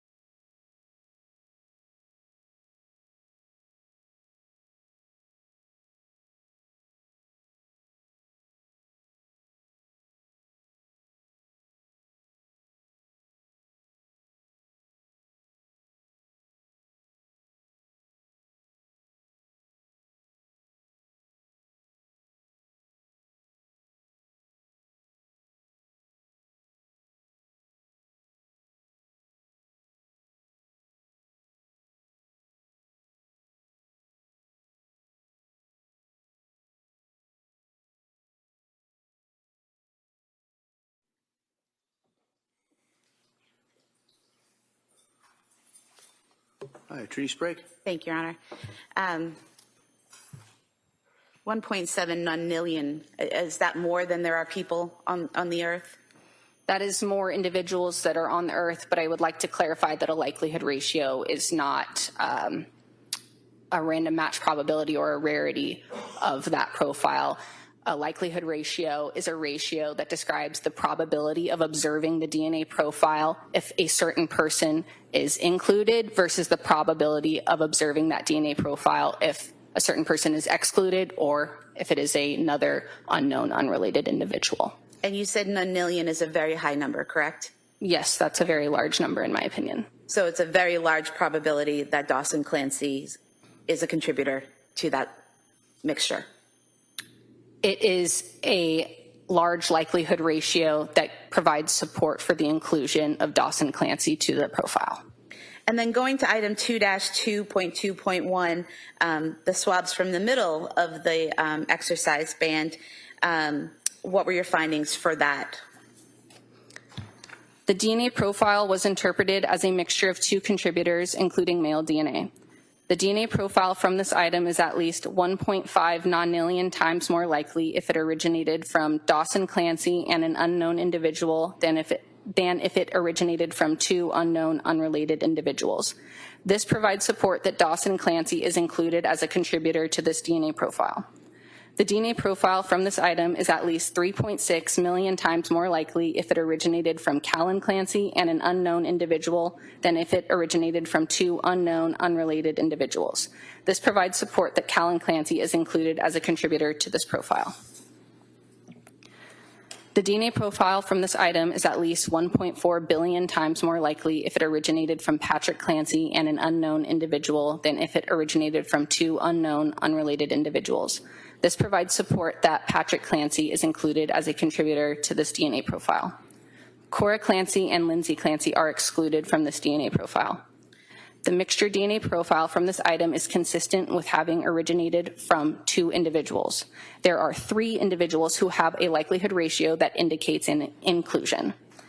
Though there is support for the individual inclusions of Dawson Clancy, Callan Clancy, and Patrick Clancy to the mixture DNA profile, under the stated assumptions, these individuals cannot be present in the mixture together. Assuming 1, 2 contributors, and 2, Dawson Clancy is one of the contributors, Callan Clancy and Patrick Clancy cannot be present in the mixture together. Support for inclusion may be impacted by mixtures which contain relative, especially first-degree relatives. Refer to the independent inclusionary statistics above. So this swab from the middle of the yellow exercise band, you stated was a mixture of 2 contributors, 2 people, correct? Yes, I determined using my training and experience that the profile was a mixture of 2 contributors. And then you had 3 possible contributors, Dawson, Callan, and Patrick, for the 2-person mixture. So is it accurate that that relatedness issue was having an effect on those, on that data or that result? Yes, relatedness of potential contributors was having an effect on this profile, and that is because so much DNA is shared between potential contributors. And what you stated at the end, that if Dawson Clancy is one of the contributors, then Callan Clancy and Patrick Clancy cannot be present together in that mixture, correct? Correct. And Dawson Clancy was the one who had the 1.5 nonillion times more likely if it originated from him, correct? Yes, the likelihood ratio for Dawson was 1.5 nonillion. And would it be accurate to state that with male relatives, they share the same YSTR profile? Yes, male relatives will share the same YSTR profile, barring rare mutation, but YSTR analysis was not done in this case. Okay. And does that fact, when you have male relatives, does that affect the relatedness complications of your evaluation? The fact that they're male doesn't necessarily have an effect, but just in general, relatedness has an effect in this case because so much DNA is shared between potential contributors. And then going to item 2-3.1.1, the swabs from the ends of the black exercise band, you found that that sample was a mixture but wasn't suitable for comparison, correct? Correct. And what does it mean to be not suitable for comparison? I'll read the statement in the report and then I'll clarify as needed. The DNA profile is a mixture, including male DNA, and is not suitable for comparison due to the complexity of the profile, the possibility of at least 5 contributors, and the relatedness of potential contributors. So was it not suitable for comparison because there were so many potential contributors and many of them who were related? Yes, there was multiple factors that made this profile not suitable. Relatedness was definitely one of those factors, and per laboratory protocols and validation, if there is any indication of a 5th contributor or more, a profile is not suitable for comparison due to limitations of our technology and software used. Okay. So basically, if you're examining a profile and it looks like there's 5 or more, your work stops because of the limitations of your equipment. Correct. And then going to item 2-3.2.1, the swabs from the middle of the exercise band, what were your findings there? The DNA profile was interpreted as a mixture of 3 contributors, including male DNA. The DNA profile from this item is at least 870 trillion times more likely if it originated from Dawson Clancy and 2 unknown individuals than if it originated from 3 unknown unrelated individuals. This provides support that Dawson Clancy is included as a contributor to this DNA profile. The DNA profile from this item is at least 1.6 nonillion times more likely if it originated from Cora Clancy and 2 unknown individuals than if it originated from 3 unknown unrelated individuals. This provides support that Cora Clancy is included as a contributor to this DNA profile. The DNA profile from this item is at least 2,600 times more likely if it originated from Callan Clancy and 2 unknown individuals than if it originated from 3 unknown unrelated individuals. This provides support that Callan Clancy is included as a contributor to this DNA profile. The DNA profile from this item is at least 220,000 times more likely if it originated from Patrick Clancy and 2 unknown individuals than if it originated from 3 unknown unrelated individuals. This provides support that Patrick Clancy is included as a contributor to this DNA profile. The DNA profile from this item is at least 11 times more likely if it originated from Lindsay Clancy and 2 unknown individuals than if it originated from 3 unknown unrelated individuals. This provides limited support that Lindsay Clancy is included as a contributor to this DNA profile. The Massachusetts State Police Crime Lab DNA Unit validation studies showed inclusions for known non-contributors in the likelihood ratio range of at least 2 to 1,000 adventitious support could be attributed to this conclusion.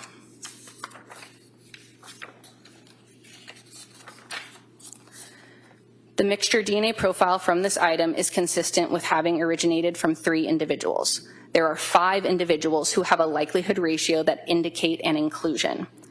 Though there is support for the individual inclusions of Dawson Clancy, Cora Clancy, Callan Clancy, Patrick Clancy, and Lindsay Clancy to the mixture DNA profile, under the stated assumptions, these individuals cannot be present in the mixture together. Assuming 1, 3 contributors, and 2, Cora Clancy is one of the contributors, Dawson Clancy, Callan Clancy, Patrick Clancy, and Lindsay Clancy cannot be present in the mixture together. Support for inclusion may be impacted by mixtures which contain relatives, especially first-degree relatives. Refer to the independent inclusionary statistics above. And so again here, you're dealing with the effect of the relatedness of the parties, correct? Correct. Relatedness is having an effect on potential contributors, again, to this profile. I'd just like to say that likelihood ratios are calculated independently for each person. They are not to show a likelihood ratio for more than one person or multiple people together in a profile. And again, because so much DNA is shared between potential contributors, that is why we're seeing some of the things we're seeing in this report. And for this item, the middle of the black exercise band, the highest number of possible inclusion was the 1.6 nonillion times more likely if it originated from Cora Clancy and 2 unknown individuals, correct? Yes, the highest statistic for this item was a likelihood ratio of 1.69 million for Cora Clancy. And based on your analysis of the data that you had, you determined it was a mixture of 3 contributors, correct? Correct. And so when you have the 3 contributors and Cora Clancy has the highest likelihood of being a contributor, if you include her in the mixture, the other 4 members of the family are excluded, correct? Assuming 1, 3 contributors, and 2, Cora Clancy is one of the contributors, Dawson Clancy, Callan Clancy, Patrick Clancy, and Lindsay Clancy cannot be present in the mixture together. Again, those statistics are all calculated independently and don't say anything about those people being in the mixture together. And moving on to some other work you did in this case, specifically some swabs from the back side of the house, some shingles on 47 Summer Street in Duxbury, items 14-1, 14-2, and 14-3. Did you do work on those samples as well and compare them to the known profiles of Dawson Clancy, Cora Clancy, Callan Clancy, Patrick Clancy, and Lindsay Clancy? Your Honor, may I refer to my second report for these items? Thank you.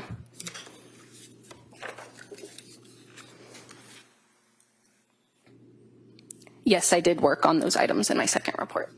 And directing your attention to item 14-1, a swab from stain B on the backside of the house, 47 Summer Street.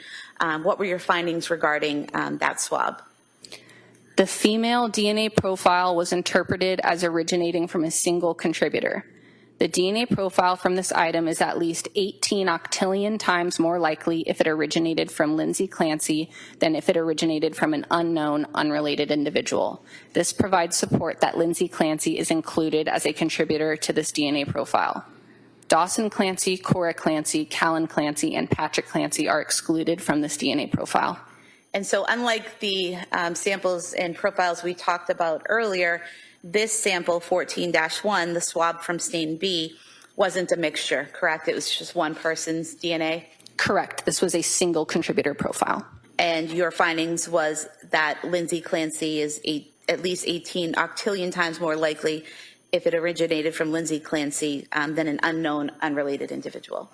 The DNA profile from this item is at least 18 octillion times more likely if it originated from Lindsay Clancy than if it originated from an unknown, unrelated individual. This provides support that Lindsay Clancy is included as a contributor to this DNA profile. And so it's support that she's included as a contributor to this profile of one person, correct? Yes, there is support with a likelihood ratio of 18 octillion for Lindsay Clancy. And the other members of the family were excluded, correct? Correct. And then item 14-2, the swab from stain C on the backside of the house, 47 Summer Street. That profile was a mixture and not suitable for comparison, correct? Correct. The DNA profile is a mixture and is not suitable for comparison due to the quality of the profile.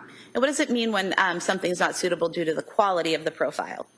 This was a low-level profile with not enough information to be interpreted.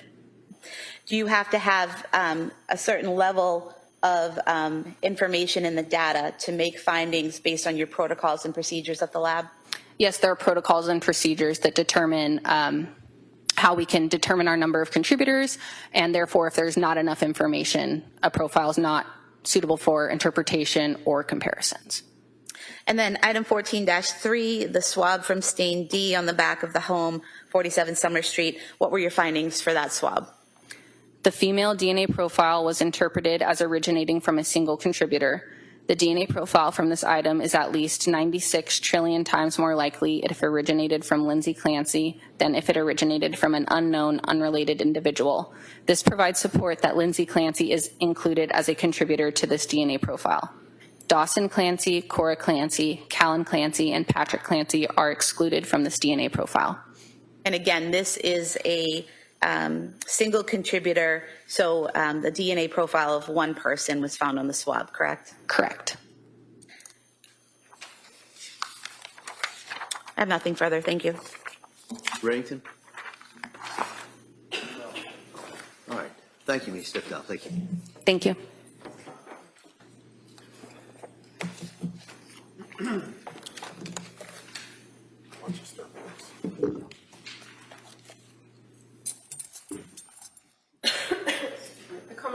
call Elaine Rossi as its next witness.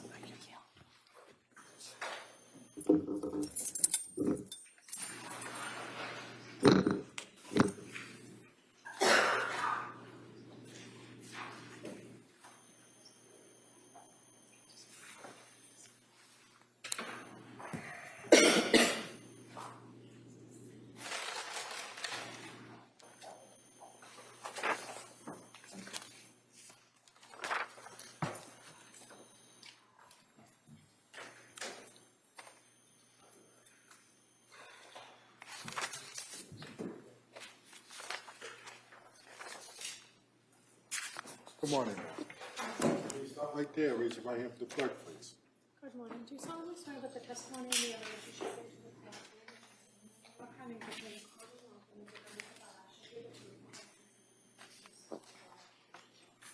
truth? Let's just stop right there, please. Good morning. Good morning. Thank you. All right. Counsel. Thank you. Good morning. Good morning. Could you please tell the jurors your first and last name? My first name is Elaine Rossi, Can you spell your last name for the record? Rossi. And what city or town do you live in? I live in Kingston. What do you do for work? I'm a nanny How long have you been a nanny? for about 15 years now. In July of 2022, did you become familiar with the Clancy family? I did. And how did you become involved with their family? I answered a Facebook advertisement seeking a part-time nanny position. And who posted that advertisement? Lindsay did. And did she respond to your message?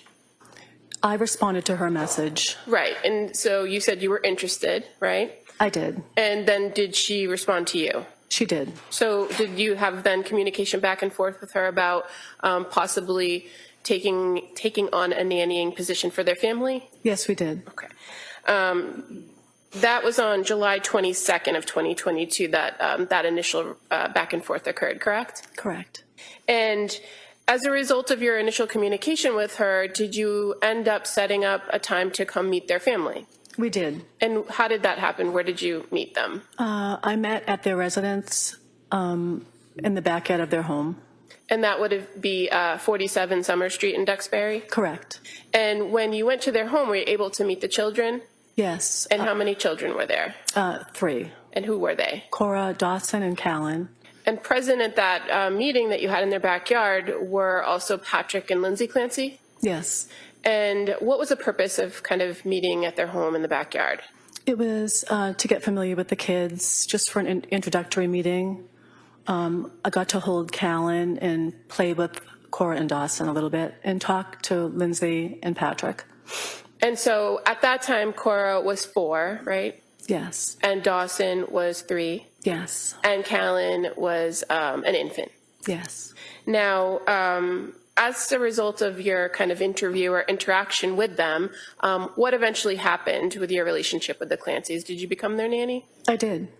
And did you communicate with Lindsay about what the expectations of the job were going to be? I did. So what was your role or your expectations of the role? My role was to take care of Callan when she went back to work. Okay. And did you know when that was expected to happen? I believe right around Thanksgiving. And did you start working for them prior to that? Prior to November? Yes, I did. I started first week in September of 2022. And so while the original terms were for you to primarily watch Callan, did you take on a slightly different role in between September and November? I did. And so what were the responsibilities, or what did the Clancys ask you to do for the family during the time of September through essentially when you stopped working for them? It was to get to know the family, to get to know how they worked as a family, to get to know their schedule, and essentially mostly to take care of Callan. Occasionally, Cora and Dawson would be home, and I would interact with them as well. So going into it, you knew that you would sometimes be spending time with Cora and Dawson. Yes. But to your understanding, were they at the home all the time? No, they were at school. And Other than caring for Callan, did you agree to take on some other responsibilities in the household? I did. And what were those responsibilities? It was food prep, light housekeeping, laundry, things like that. Was that something that you offered to do as part of your services, or were you asked to do it? I offered initially. I said that those were things I did as a nanny for previous families. And what was your expected schedule going to be for the Clancys? It was 3 days a week. I believe it was 8:30 a.m. to 1:30 p.m. And was the 3 days a set schedule, or was the expectation that it might change? Initially it was set and then it changed. As far as your original expectation, fair to say, you were originally asked to do Monday, Tuesdays, and Thursdays? Correct. And then as you started working for them, you were asked to kind of adjust some of the days? Yes. And was that something that you could do? If I could, I would. And how about the time? You said from 8:30 to 1:30. Were the times flexible too? Yes, sometimes it was 9 to 1:30. That was about the only difference. Okay. It was about a half hour. And how would you communicate with Lindsay? So we communicated via text a lot. Lindsay also had a notebook in her kitchen that we communicate. She would leave notes for me for the activities or the instructions for me for the day.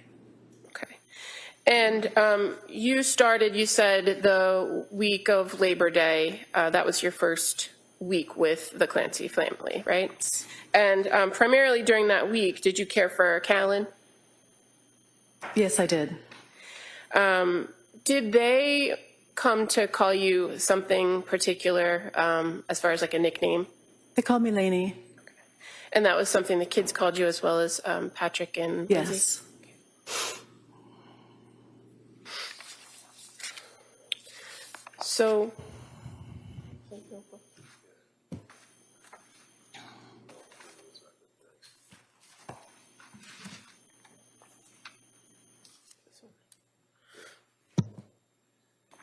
So, I'm going to just show you what's been marked as Exhibit 150. Okay. Mm-hmm. If you want to just take a quick look inside of it. You can flip through the pages if that's helpful. Okay.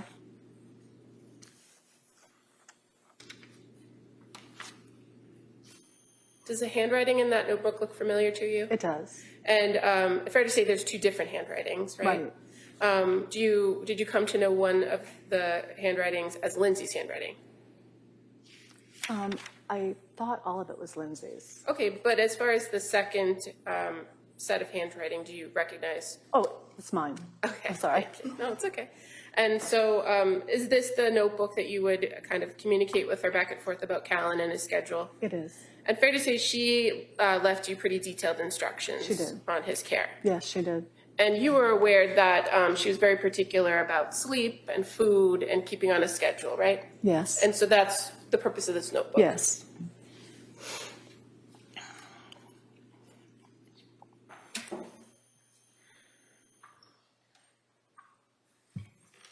When you would come to the household in the morning, would you often interact with Lindsay prior to taking care of taking the baby? Sometimes if she was there, I would interact with her. Some mornings she wasn't there. If she wasn't there, was Patrick home? Yes. And did you know where she was when she wasn't there? Sometimes she'd leave in the notebook that she was in the basement working out. Sometimes she'd drop the kids off to school.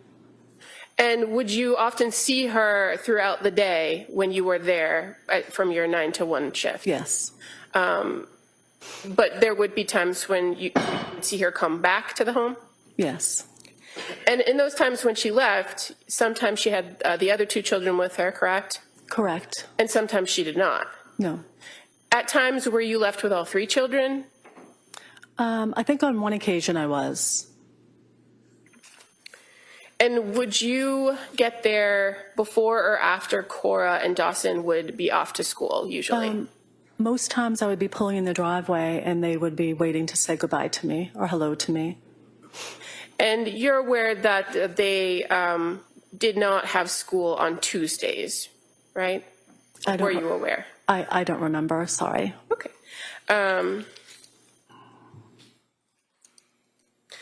When you started working for the Clancy family, was there conversation with Lindsay about Callan not taking a bottle? I don't remember that. Did you often feed him a bottle when you were caring for him? I did. And do you recall at one point that you actually videoed Callan taking a bottle and sent it to Lindsay? Oh, yes, I did. Yes. And that would have been on September 9th, correct? Yes. At this point, Your Honor, I'd like to just play a short video. Really, I object. I don't have a, let the jury see the video. Could I see?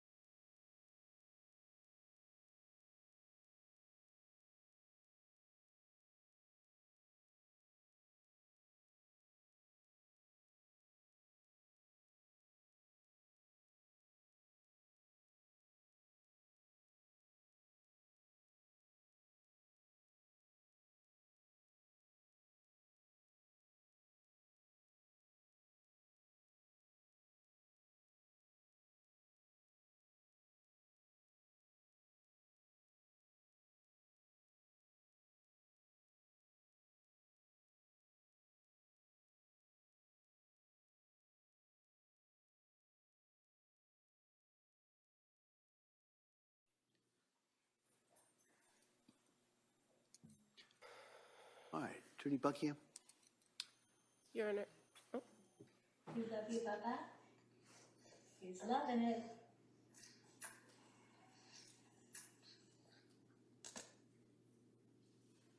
Ms. Rossi, is that the video that you took of Callan taking the bottle? Yes, it was. And fair to say you sent that video to Lindsay Clancy on September 9th of 2022? Yes, I did. At this point, I'd move to admit a copy of that clip as the next. With no objection, that may be admitted.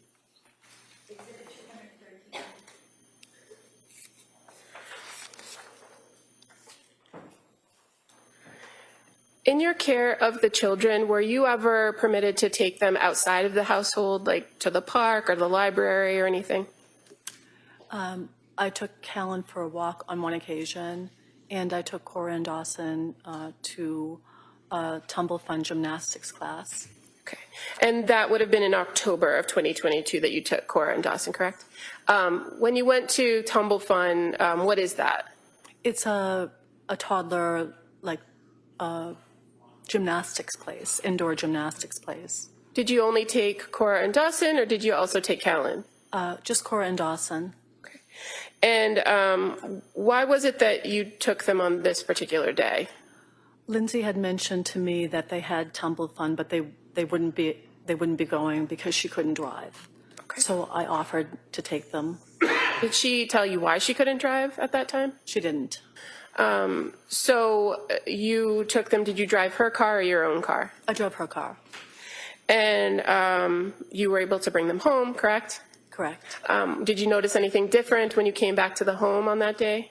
I didn't. During the course of the time in which you were at the Clancy's house, fair to say from September to early December is the time that you were there, 3 days a week? Yes. Did you come to find out that Lindsay was having some issues? I did. Did she talk to you about that? She did. And what did she tell you about her issues? She shared with me that she was suffering from postpartum. Now, when she shared this information with you, had you noticed anything different about her demeanor or her presentation around the house? I didn't at all. Had her trips out of the house when you were there stopped or decreased during that time period? No. And did she tell you that at that time that she was seeing some doctors? She did. What about medication? Did you have any conversations with her about her taking medication during that time period? I think we talked about she was going to stop a medication because she was trying to stop nursing. That she was going to stop medication or she was going to start medication? I think she was trying to stop something because she was going to, oh, I'm sorry. That's okay. Take your time. She was not going to nurse Callan anymore because she was going to be starting a new medication. Did she ever give you any details about the medication? She didn't. Do you recall seeing prescription bottles around the house? I did. Did you ever learn from Lindsay that she had gone to the emergency room in November of 2022? No. How about gone to the emergency room in December of 2022? No. Did anything about your arrangements with coming on the 3 days, caring for Callan and sometimes Cora, did any of that ever change because of what she reported to you about having postpartum? Only at the end of my time with them.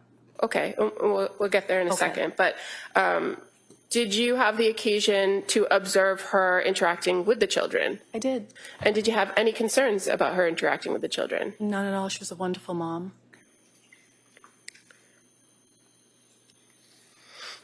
Did she have any further conversation with you about maybe more specific sleep or sleep issues that she had been having during the time period you were nannying for them? She did. And what did she tell you about that? She told me she was having difficulties sleeping and that she was sleeping in the basement.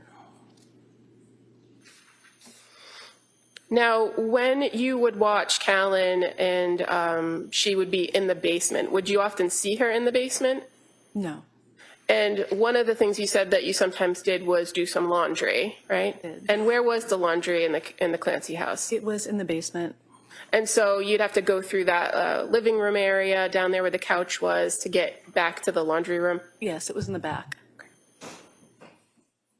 How about working out in the basement? Do you recall if you went down the basement stairs to the right that there'd be like a little area where there'd be weights and that kind of thing? Did you ever see her working out there? I don't recall if I did. Okay.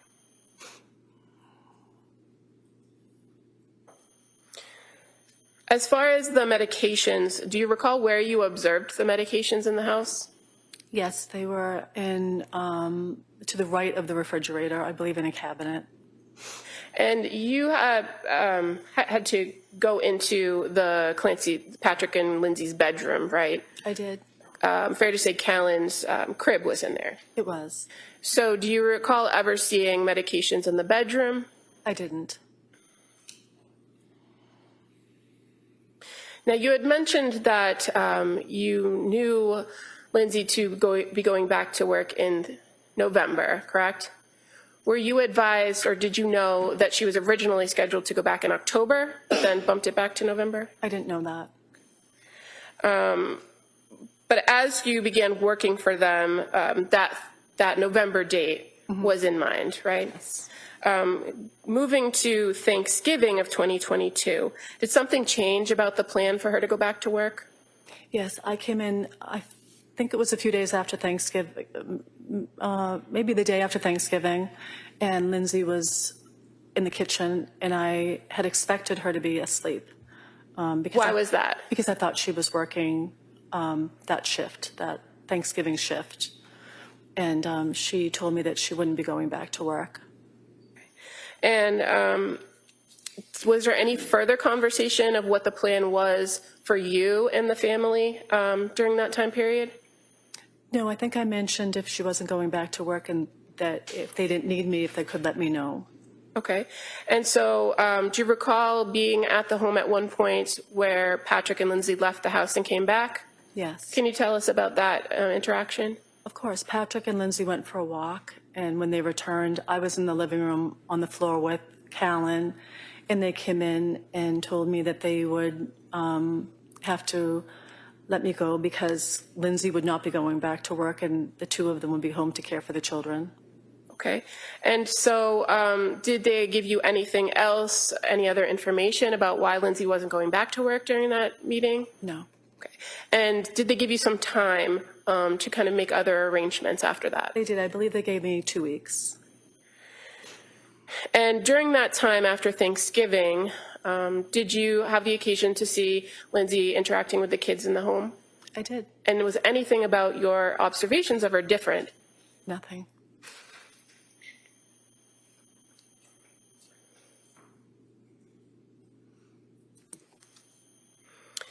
Now, the kids themselves, you had the occasion to spend some time with Cora. And how would you describe Cora? Oh, Cora was a girly girl who loved her babies very much. She was very sweet, and she loved arts and crafts and loved playing with her Fresh Mart, which was a little children's supermarket. She was lovely. And Dawson, how about him? How would you describe him? Dawson was full of energy, rambunctious, funny, silly. Did you ever have any problem watching Dawson or keeping him under control? Or Not at all. I was only with him on a handful of occasions. Did you ever see Dawson kind of interacting with his siblings, with Cora or with Callan? I did. And did you see anything, or could you tell us a little bit about Dawson's interactions with them? Cora and Dawson played well. There was one occasion in the kitchen where they were playing, and I think Cora took one of his Play-Doh, something, he was playing with Play-Doh, and his reaction, he was frustrated, and he reached out and slapped Callan. Now, were you alone with the kids during this interaction, or was Lindsay present too? Lindsay was, I think, in the kitchen at the same time. Did you see her react to that when she saw that behavior? She did. And what was the reaction? What did she do? She went over and removed Callan, she removed Dawson from the room and came back and consoled Callan. Okay. And eventually, did you see her go back and kind of talk to Dawson about his behavior and address it? Okay. And was that appropriate in your opinion? Of course, yes. How about how you would describe Callan? How would you describe him? You spent the most time with him, correct? I did. He was the happiest, sweetest, easiest baby. He was just a love. Thank you.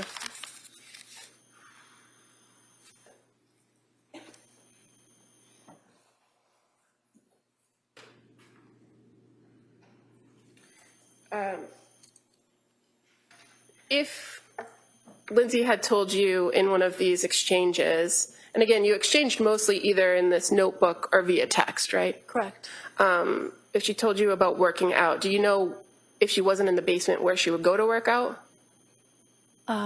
I think it was the Kingsbury Club. And as far as when you stopped working for them, do you remember exactly when it was? You said maybe 2 weeks after I think Thanksgiving. it was December 8th or December 10th. And in the time that you were with the Clancys in their households, caring for their kids, interacting with Patrick and Lindsay, did you ever have any concerns that the children were not safe? No. Thank you.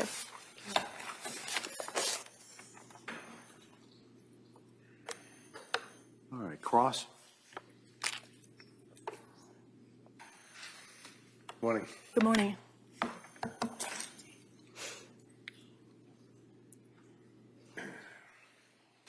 So you first met Lindsay and Patrick and the kids in, was it July of 22?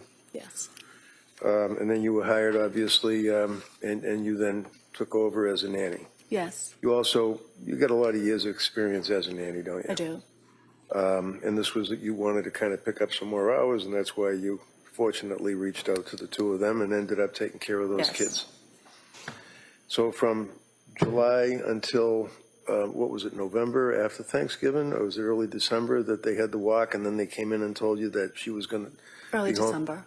Early December. And you all left on good terms, right? Oh, wonderful terms. Yeah, I mean, you guys stayed in touch with each other, you texted them Christmas, things of that nature, right? I did reach out to Lindsay to wish her a Merry Christmas. Did she respond? She did.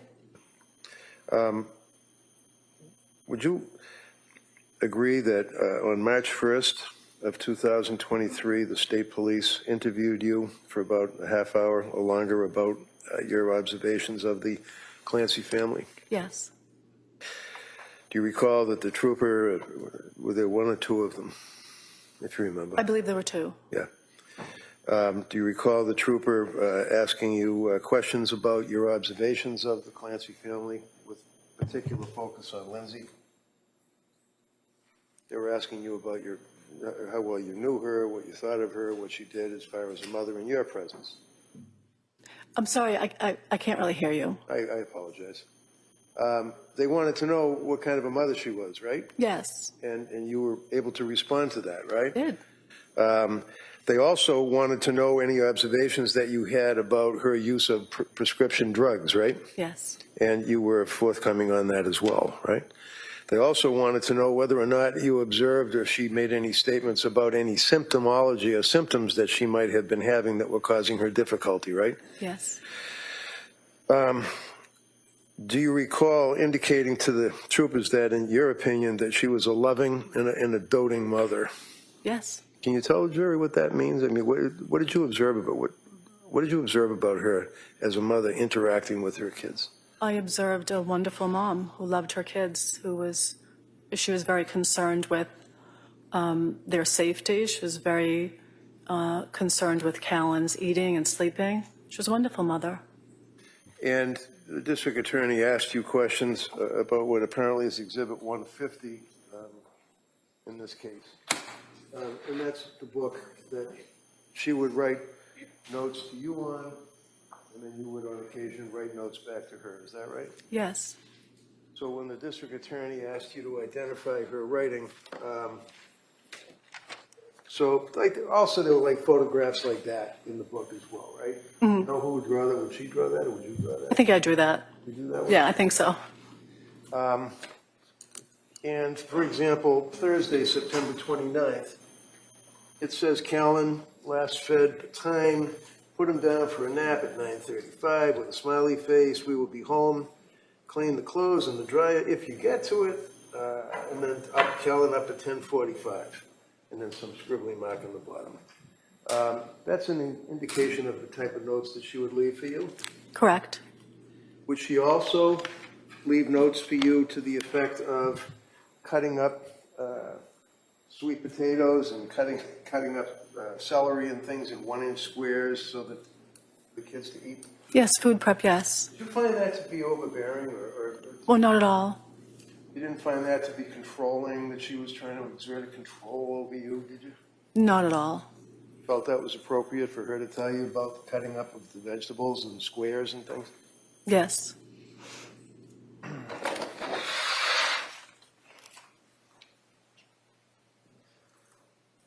also told you during that period of time that she was unable to sleep. Isn't that right? Correct. Told you that lack of sleep was becoming a significant impact on her life, and that she had to see doctors and was on medication for that, right? Correct. Again, the troopers were questioning you and directing you on your questions or your answers. And at one point, do you recall saying to the trooper, I loved my Lindsay? I loved my Lindsay. Yeah. I don't recall saying that. Okay, did you? Do I love Lindsay? Yeah. I did love Lindsay, yes. Now, when was she sleeping in the basement? Do you remember that? Do I know when or why? When was she sleeping in the basement? I honestly don't remember. Okay. Do you remember, if I suggest to you that it was around the end of November, mid-December, that she was sleeping in the basement for a period of time? If you remember. I don't remember, I'm sorry. Did she indicate to you why she was sleeping in the basement? I don't think she did. Would you agree that she was forthright with you as far as telling you what was going on in her life, as far as her concentration and her inability to sleep and things of that nature? Yes. Sustained. Would she tell you about those problems that she was suffering? She shared with me that she had postpartum and that she couldn't sleep. And as a result of that, you were pretty concerned for her, weren't you? I really don't know much about postpartum, but I would always ask her how she was feeling Right. or how she was doing. And in fact, you noted that in addition to the inability to sleep, that she would speak about that she was unable to focus. Do you recall her ever saying she had difficulty focusing on things? I don't recall her saying that to me. How about thin? Did you notice that she appeared to be losing significant weight? I did, and I commented to her about that. Okay. And you had occasion to see her as a mother playing with the children, obviously, right? Yes. Would the two of you stay in touch with each other by text even when she was out and you were home in their home with the kids? Yes. Fair to say that you would take many, many videos of the kids and send them to Lindsay on her phone, right? I did. And fair to say that during that period of time from your involvement, Ms. Rossi, as a nanny, that you sent her videos of the children playing, and as we saw the baby taking a bottle and the baby eating and things of that nature, right? I did. Did she ever send you any videos, or did she ever respond to your emails or videos? Yes, she responded to most of my texts she responded to. Did she seem to be appreciative of your work? Yes, very much so. And in fact, she was pretty vocal about that. She thought the world of you, right? Yes. Thank you. That's all I have. Redirect? Just one question. In all that she told you about postpartum sleep and all that you observed in the house, did you ever have any conversations with her about intrusive thoughts or thoughts of harming herself? No. Thank you. Okay. Anything on that? No. All right, you may step down. Thank you. Thank you. Counsel, could I see you?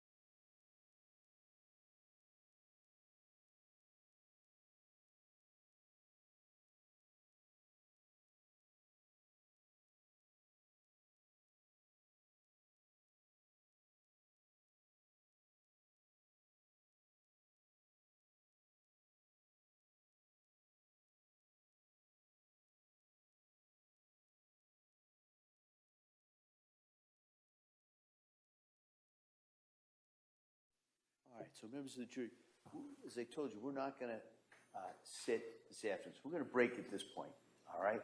And so I'm going to ask you to come back tomorrow at 9 o'clock. Remember those instructions. Don't talk about this. Don't do any research about this. Don't listen about anything. Don't talk about it with anyone. And I'm going to ask you to come back tomorrow at 9 o'clock, and we'll start with the testimony tomorrow. Okay? All right. Thank you very much. Court, all rise. Jurors, please close the notebooks, place them on your chairs. This way.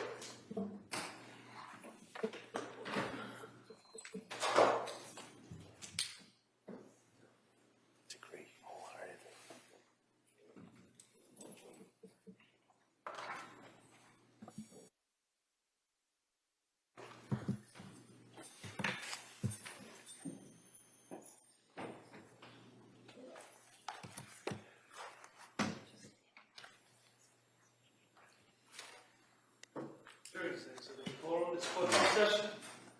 All right, counsel, anything else we need to talk about before tomorrow morning? All right, so this case will be in recess till tomorrow morning at 9 o'clock. Thank you. Thank you. All right. With no we're not coming, there's nothing scheduled at 2 o'clock in this matter any further, okay? So this court on this case will be in recess till tomorrow at 9 o'clock.